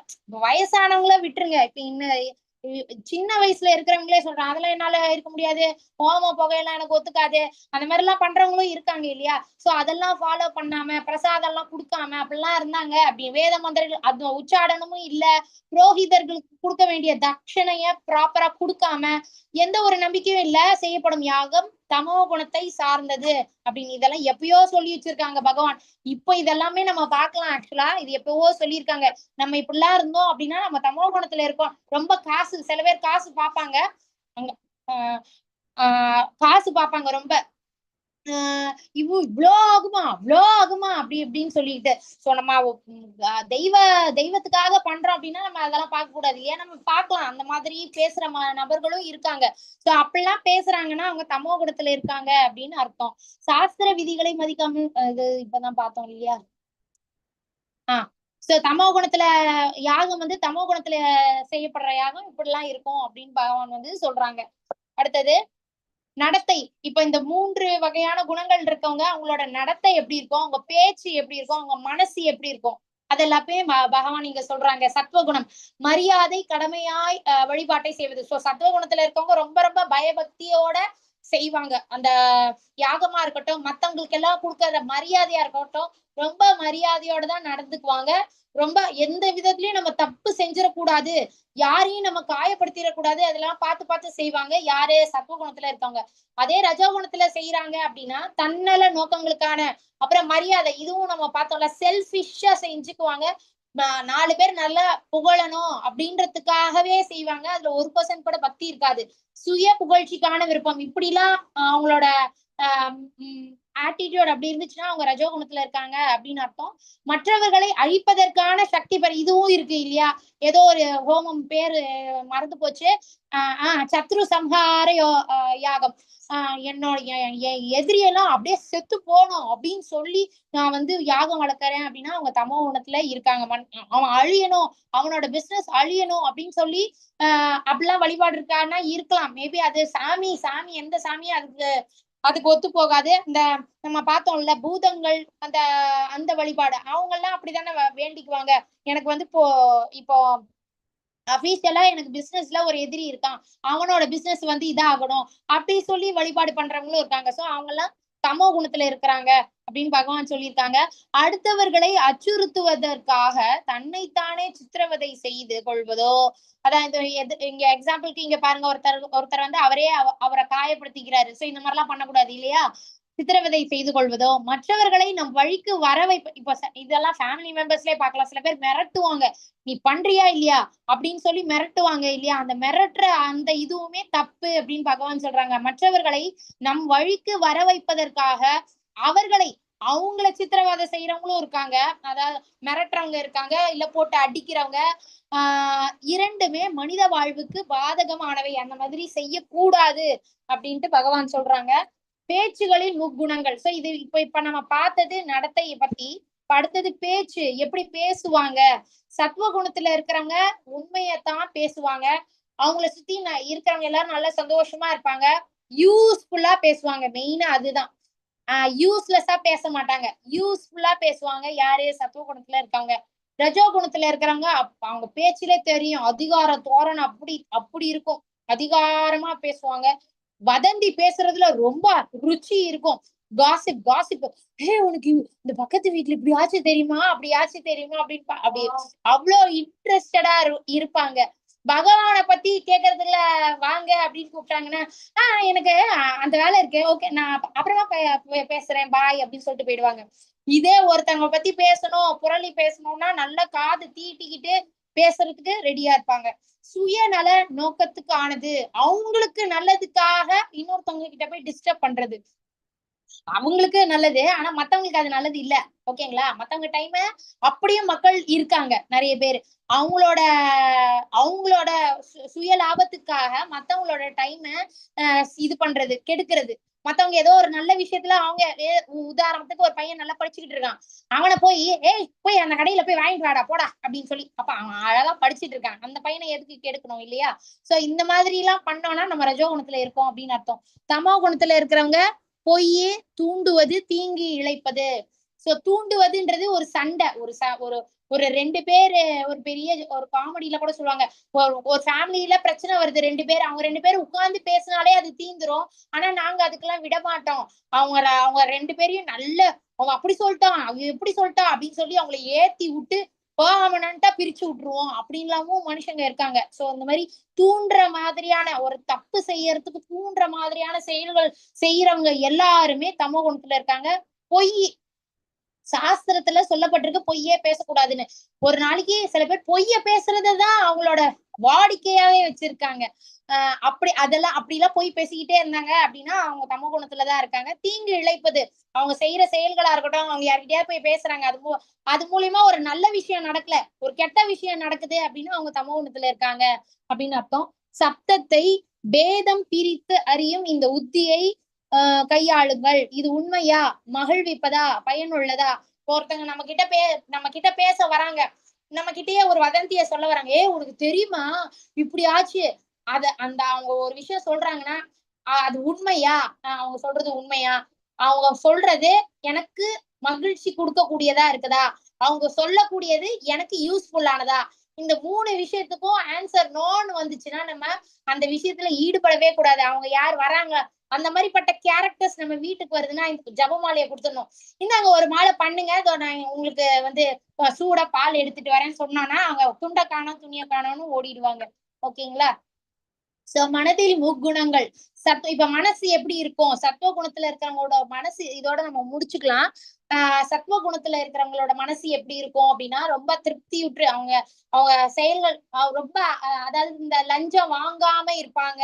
அவங்களுக்கு என்ன இருக்கோ ஒரு ஒரு குறிப்பிட்ட லைஃப் இருக்கும், அந்த லைஃப மட்டும் செஞ்சுக்கிட்டு ரொம்ப பணக்காரன் கிடையாது, ரொம்ப ஏழைன்னு இல்லை, அவங்களுக்குன்ட்டு ஒரு வருமானம் வரும், அந்த வருமானத்துல குடும்பத்தை நடத்திக்கிட்டு சந்தோஷமா இருப்பாங்க. யாரு? சத்துவ குணத்துல இருக்கிறவங்க திருப்தியோட இருப்பாங்க. அவன்கிட்ட இது இருக்கு என்கிட்ட இல்ல, அந்த மாதிரி எல்லாம் எந்த ஒரு இதுவும் கிடையாது. போதும் என்ற மனப்பான்மை, அது ரொம்ப ரொம்ப முக்கியம் இல்லையா? என்கிட்ட இவ்வளவு இருக்கு, இது போதும் எனக்கு, இதுக்கு மேல எதுக்கு அப்படின்ற ஒரு மனப்பான்மை அவங்களுக்கு இருக்கும். யாருக்கு? சத்துவ குணத்துல இருக்கிறவங்களுக்கு. ரஜோகுணம் திருப்தியே கிடையாது, ஏக்கம், ஐயோ அவன்கிட்ட அது இருக்கே என்கிட்ட, நானும் அவனும் ஒன்னாதானே காலேஜ்ல படிச்சோம், அவனை விட நான் நல்ல மார்க் வாங்கியிருக்கேன், ஆனா அவனுக்கு தான் நல்ல வேலை கிடைச்சது, எனக்கு எனக்கும் வேலை கிடைச்சது, ஆனா எனக்கு 10,000 தான் சம்பளம், அவனுக்கு 20,000 சம்பளம் கிடைச்சதே, ஐயோ நான் தானே நல்ல படிச்சு நல்ல மார்க், அவனை விட நல்ல மார்க் நான் தானே வாங்கியிருக்கேன், அப்படி புலம்பிக்கிட்டே இருக்கிறது ஏக்கம் இருந்துகிட்டே இருக்கும். பொறாமை, பேராசை, கோபம் இதே இருக்காது, சாட்டிஸ்பாக்சனே இருக்காது. இப்படி எல்லாம் இருந்தாங்கன்னா அவங்க ரஜோ குணத்துல இருப்பாங்க. தமோ குணத்துல இருக்கிறவங்க அந்த இக்னோரன்ஸ், கம்ப்ளீட் இக்னோரன்ஸ், சாஸ்திரத்துல இதெல்லாம் செய்யாதீங்க அப்படின்னு சொல்லி இருக்கிறத கரெக்டா செய்வாங்க. அந்த இக்னோரன்ஸ்லயே இருக்கிறாங்க, அந்த மயக்கத்திலேயே இருக்கிறாங்க. அவங்க எல்லாருமே தமோ குணத்துல, அவங்களோட மனசு தமோ குணத்துல இருக்கிறவங்களோட மனசு அப்படி இருக்கும். மனதை கிருஷ்ணரில் ஈடுபடுத்துவதே மிகவும் சுலபமானதும் ஆனந்தம் மிக்கதும் மற்றும் மிக உயர்ந்ததுமான அனுபவம் ஆகும். அது மிகவும் கவர்ச்சிகரமானவரிடம் இயற்கையாய் தோன்றும் சமாதி ஆகும். சோ நம்ம அந்த நிலை இருக்கு, 8 விதமான நிலை இருக்கு. அதுல கடைசி நிலை பாத்தீங்கன்னா சமாதி. அந்த சமாதின்ற ஸ்டேஜை ரீச் பண்ணணும்னா நிறைய இருக்கு. அந்த ஒரு இதையும் லெவலையும் நம்ம கிராஸ் பண்ணாதான் அந்த சமாதி நிலைக்கே போக முடியும். சோ பிரபுபாதர் அவர்கள் என்ன சொல்றாங்க அப்படின்னா, நம்ம எல்லாம் அந்த சத்துவ நிலையில இருந்துட்டு சுத்த சத்துவ நிலையிலே நிலை பெற்று நம்ம எல்லா செயல்களையும் பகவானுக்கு ஆஃபர் பண்ணிட்டு பகவானுக்கு எது பிடிக்குதோ அந்த செயல்கள் மட்டும் செஞ்சுக்கிட்டு இப்படியே நம்ம லைஃப கொண்டு போய்கிட்டே இருந்தோம்னா கண்டிப்பா நமக்கு நல்ல ஒரு அனுபவம், கிருஷ்ணர் நிறைய அனுபவம் நமக்கு கொடுப்பாங்க. அது இன்ஃபேக்ட் ஈஸியும் கூட. நம்ம அழகா வேற எந்த விஷயம், எப்படி இந்த குதிரைக்கு கடிவாளம் போடுவாங்க இல்லையா, இல்ல ஏன்னா குதிரை மத்த இடத்துல எல்லாம் இது பண்ணா அது ஒழுங்கா ஓடாது, கடிவாளம் போட்டுருவாங்க. அந்த மாதிரி கிருஷ்ண பக்தர்களுக்கு கடிவாளமா இருக்கும். நம்ம கிருஷ்ண பக்தி பண்ண ஆரம்பிச்சிட்டோம் அப்படின்னா கடிவாளம் மாதிரி கிருஷ்ணர் நீ என்கிட்ட போக்கஸ் பண்ணு, நல்ல விஷயங்கள்ல மட்டுமே, நம்ம கிருஷ்ண பகவான் சம்பந்தப்பட்ட விஷயங்கள்ல மட்டுமே தான் ஈடுபட்டுட்டு இருப்போம். அது இன்ஃபேக்ட் சுலபமானது, மத்த எந்த ஒரு இதுலயும் விழாம நம்ம பாட்டுக்கு போய்கிட்டே இருக்கலாம். அது நல்ல மகிழ்ச்சி கொடுக்கறதாவும் இருக்கும். அதுதான் நமக்கு உயர்ந்த அனுபவத்தையும் கொடுப்போம். ஏன்னா பகவானை பத்தி நினைச்சுக்கிட்டு இருப்போம் இல்லையா. அந்த நிலைக்கு நம்ம வந்துட்டோம்னு வைங்க, யாராவது நம்மள டிஸ்டர்ப் பண்ணாலும் நம்ம டிஸ்டர்பே ஆக மாட்டோம். நம்ம டிஸ்டர்ப் ஆகாம இருக்கோம்னா நம்ம அந்த சமாதி நிலையை ரீச் பண்ணிட்டோம் அப்படின்னு அர்த்தம். பிரபுபாதர் நீங்க அந்த சமாதி நிலைக்கு வாங்க அப்படின்றதுதான் பிரபுபாதர் சொல்றதுமே. ஹரே கிருஷ்ணா. இந்த ஒரே ஒரு ஸ்லோகம் மட்டும் நான் சொல்லிடுறேன். முழுமுதற் கடவுள், பிராமணர்கள், ஆன்மீக குரு, பெரியோர்களான தாய் தந்தையர் ஆகியோரை வழிபடுதல் மற்றும் தூய்மை, எளிமை, பிரம்மச்சரியம், அஹிம்சை முதலியவை உடலின் தவங்கள் ஆகும். ஏற்கனவே நேத்திக்கு 16th சாப்டர்லயும் தவம் நம்ம மேற்கொள்ளணும் அப்படின்னு பகவான் சொல்லியிருக்காங்க. முன்னாடியுமே ஒரு சாப்டர்ல தவம் பத்தி எல்லாம் பார்த்தோம். இப்ப இங்க நல்ல டீடைல்டா தவம்னா என்ன அப்படின்னு சொல்றாங்க பகவான். கடவுளை நல்ல டெய்லியுமே நம்ம நல்லபடியா பகவானை கும்பிடுறோம் அப்படின்னா அது ஒரு பெரிய தவம். அப்புறம் பிராமணர்கள், ஆன்மீக குரு, பெரியவர்கள், இவங்க எல்லாருக்கும் நல்ல நம்ம வந்து அவங்கள வழிபடணும். ஏன்னா மாதா பிதா குரு தெய்வம் அப்படின்ட்டு இருக்கு இல்லையா? இவங்க எல்லாருமே வழிபட தகுந்தவர்கள். யாரு? கடவுள், நம்ம கிருஷ்ண பகவான். அப்புறம் பிராமணர்கள், நம்ம கோயில்கள்ல இதெல்லாம் பண்றாங்க இல்லையா, அவங்க பிராமணர்கள். ஆன்மீக குரு, நமக்கு குருவா இருக்கிறவங்க, பெரியவர்கள், நமக்கு எல்டர்ஸ், நமக்கு பெரியவங்க எல்லாருமே. அப்புறம் நம்மளோட அப்பா அம்மா, இவங்க எல்லாரையுமே நம்ம வழிபடணும் அப்படின்ட்டு பகவானே சொல்லியிருக்காங்க. அதுக்கப்புறம் தூய்மை, போத் பிசிக்கலா மென்டலா தூய்மையோட இருக்கிறது. எளிமை, சிம்பிள் லிவிங், நம்ம கிட்ட பணம் நிறைய இருந்தாலும் சிம்பிளான ஒரு லைஃபை லீட் பண்றது. பிரம்மச்சரியம், கிரகஸ்தர்களா இருந்தாலும் மேக்சிமம் முடிஞ்ச வரைக்கும் பிரம்மச்சரியத்தை கடைபிடிச்சு பகவானை வந்து கும்பிடுறது, கிருஷ்ண வழிபாட மேற்கொள்றது. அஹிம்சை, எந்த ஒரு லிவிங், நேத்திக்குமே இதை பார்த்தோம், எந்த ஒரு உயிர்வாளிக்கும் நம்ம சொல்லாலேயோ செயலாலேயோ நம்ம காயப்படுத்தவே கூடாது. அப்புறம் நான்வெஜ் கண்டிப்பா கூடவே கூடாதுன்னு பகவான் சொல்லியிருக்காங்க. ஏன்னா இன்னொரு லிவிங் இத வெட்டி சாப்பிட்றவங்களுக்கு எங்கெல்லாம் இந்த அனிமல் கில்லிங் இருக்கோ அங்க வந்து கண்டிப்பா வார் நடக்கும் அப்படின்ட்டுமே சாஸ்திரத்துல பகவானே சொல்லியிருக்காங்க. சோ அதனால கண்டிப்பா எத்தனை நாடுகள் வந்து கஷ்டப்பட்டுட்டு இருக்கு, அதுக்கு காரணம் இதுதான். கண்டிப்பா அனிமல், அதுவும் சில நாடுகள்ல நம்ம வந்து கடவுளா கும்பிடுற அந்த கோமாதாவை கில் பண்ணி அதை சாப்பிடுறாங்க. கில் பண்றதும் தப்பு, சாப்பிடுறது ரொம்ப ரொம்ப கொடிய பாவம். அதனால ஹிம்சிக்கவே கூடாது, அதுவும் பகவான் சொல்றாங்க. இது எல்லாமே ஹிம்சிக்காம இருக்கோமா? இப்ப நம்ம எல்லாருமே வெஜிடேரியன்ஸ் தான் வச்சுக்கோங்க. ஆனாலும் நம்ம பிறர் மனதை புண்படுத்துற மாதிரி காயப்படுத்தக்கூடாது, அதுவுமே இம்சை தான். அந்த அந்த கஷ்டத்தை கூட யாருக்கும் கொடுக்க கூடாது. சொல்லாலேயோ செயலால், நம்மளோட ஆக்ஷன்ஸ் சில சமயம் நமக்கு தெரியாமலே ஹர்ட் ஆயிடுவாங்க. யாராவது சொல்லால ஹர்ட் ஆயிடுவாங்க, செயலால ஹர்ட் ஆயிடுவாங்க. சோ அதுலயும் நீ கேர்ஃபுல்லா இரு, யாரையும் இம்சிக்காத அப்படின்ட்டு சொல்றாங்க. நம்ம அப்படிலாம் இம்சிக்காம இருக்கணும் அப்படின்னு சொல்லி பண்ணாம இருக்கோம்னா அது பெரிய தவம் அப்படின்ட்டு பகவான் இந்த ஸ்லோகத்துல சொல்றாங்க. சோ இப்ப சொன்னதான் இங்க போட்டிருக்காங்க. 15th ஸ்லோகம்ல இருந்து நாளைக்கு பார்க்கலாம். நான் இதோட செஷன் முடிச்சுக்கிறேன். வாஞ்சா கல்பதருப்பியஷ கிருபா சிந்துபியவச்ச பதிதானாம் பாவனேபியோ வைஷ்ணவேபியோ நமோ நமக. அனந்த கோடி வைஷ்ணவ விருந்து கி ஜெய், அனந்த கோடி பக்த விருந்து கி ஜெய், பிரபுபாத கி ஜெய், चैतन्य महाप्रभु की जय, हरे कृष्ण महामंत्र की जय, श्री राधा गोविंद की जय, भगवत गीता और भागवत ग्रंथों की जय, अयोध्या श्री राम लल्ला की जय, और प्रेमानंदे हरि हरि தேங்க்ஸ் லாட். எல்லாரும் வந்ததுக்கு. நேற்றுக்கு எல்லாரும் சேர்ந்து மாஸ் பங்க் பண்ணிட்டீங்க, கொஞ்சம் கஷ்டமா இருந்தது. ஆனா சண்டே வச்சனாலதான் அப்படின்றது நாங்க புரிஞ்சுக்கிட்டோம் எல்லாரும். ஆனா வீடியோ வந்து மாதாஜி போஸ்ட் பண்ணிருக்காங்க காலையில. சோ அது எல்லாருமே பாருங்க. அதுவுமே ரொம்ப இன்ட்ரெஸ்டிங்கான சாப்டர், 16th சாப்டர். நம்ம கிட்ட என்னென்ன அசுர குணங்கள் இருக்கு, அப்புறம் தெய்வீக குணங்கள் எதெல்லாம் அப்படின்றது எல்லாமே பகவான் சொல்லியிருப்பாங்க. அதனால எல்லாருமே பாருங்க. ஓகேங்களா?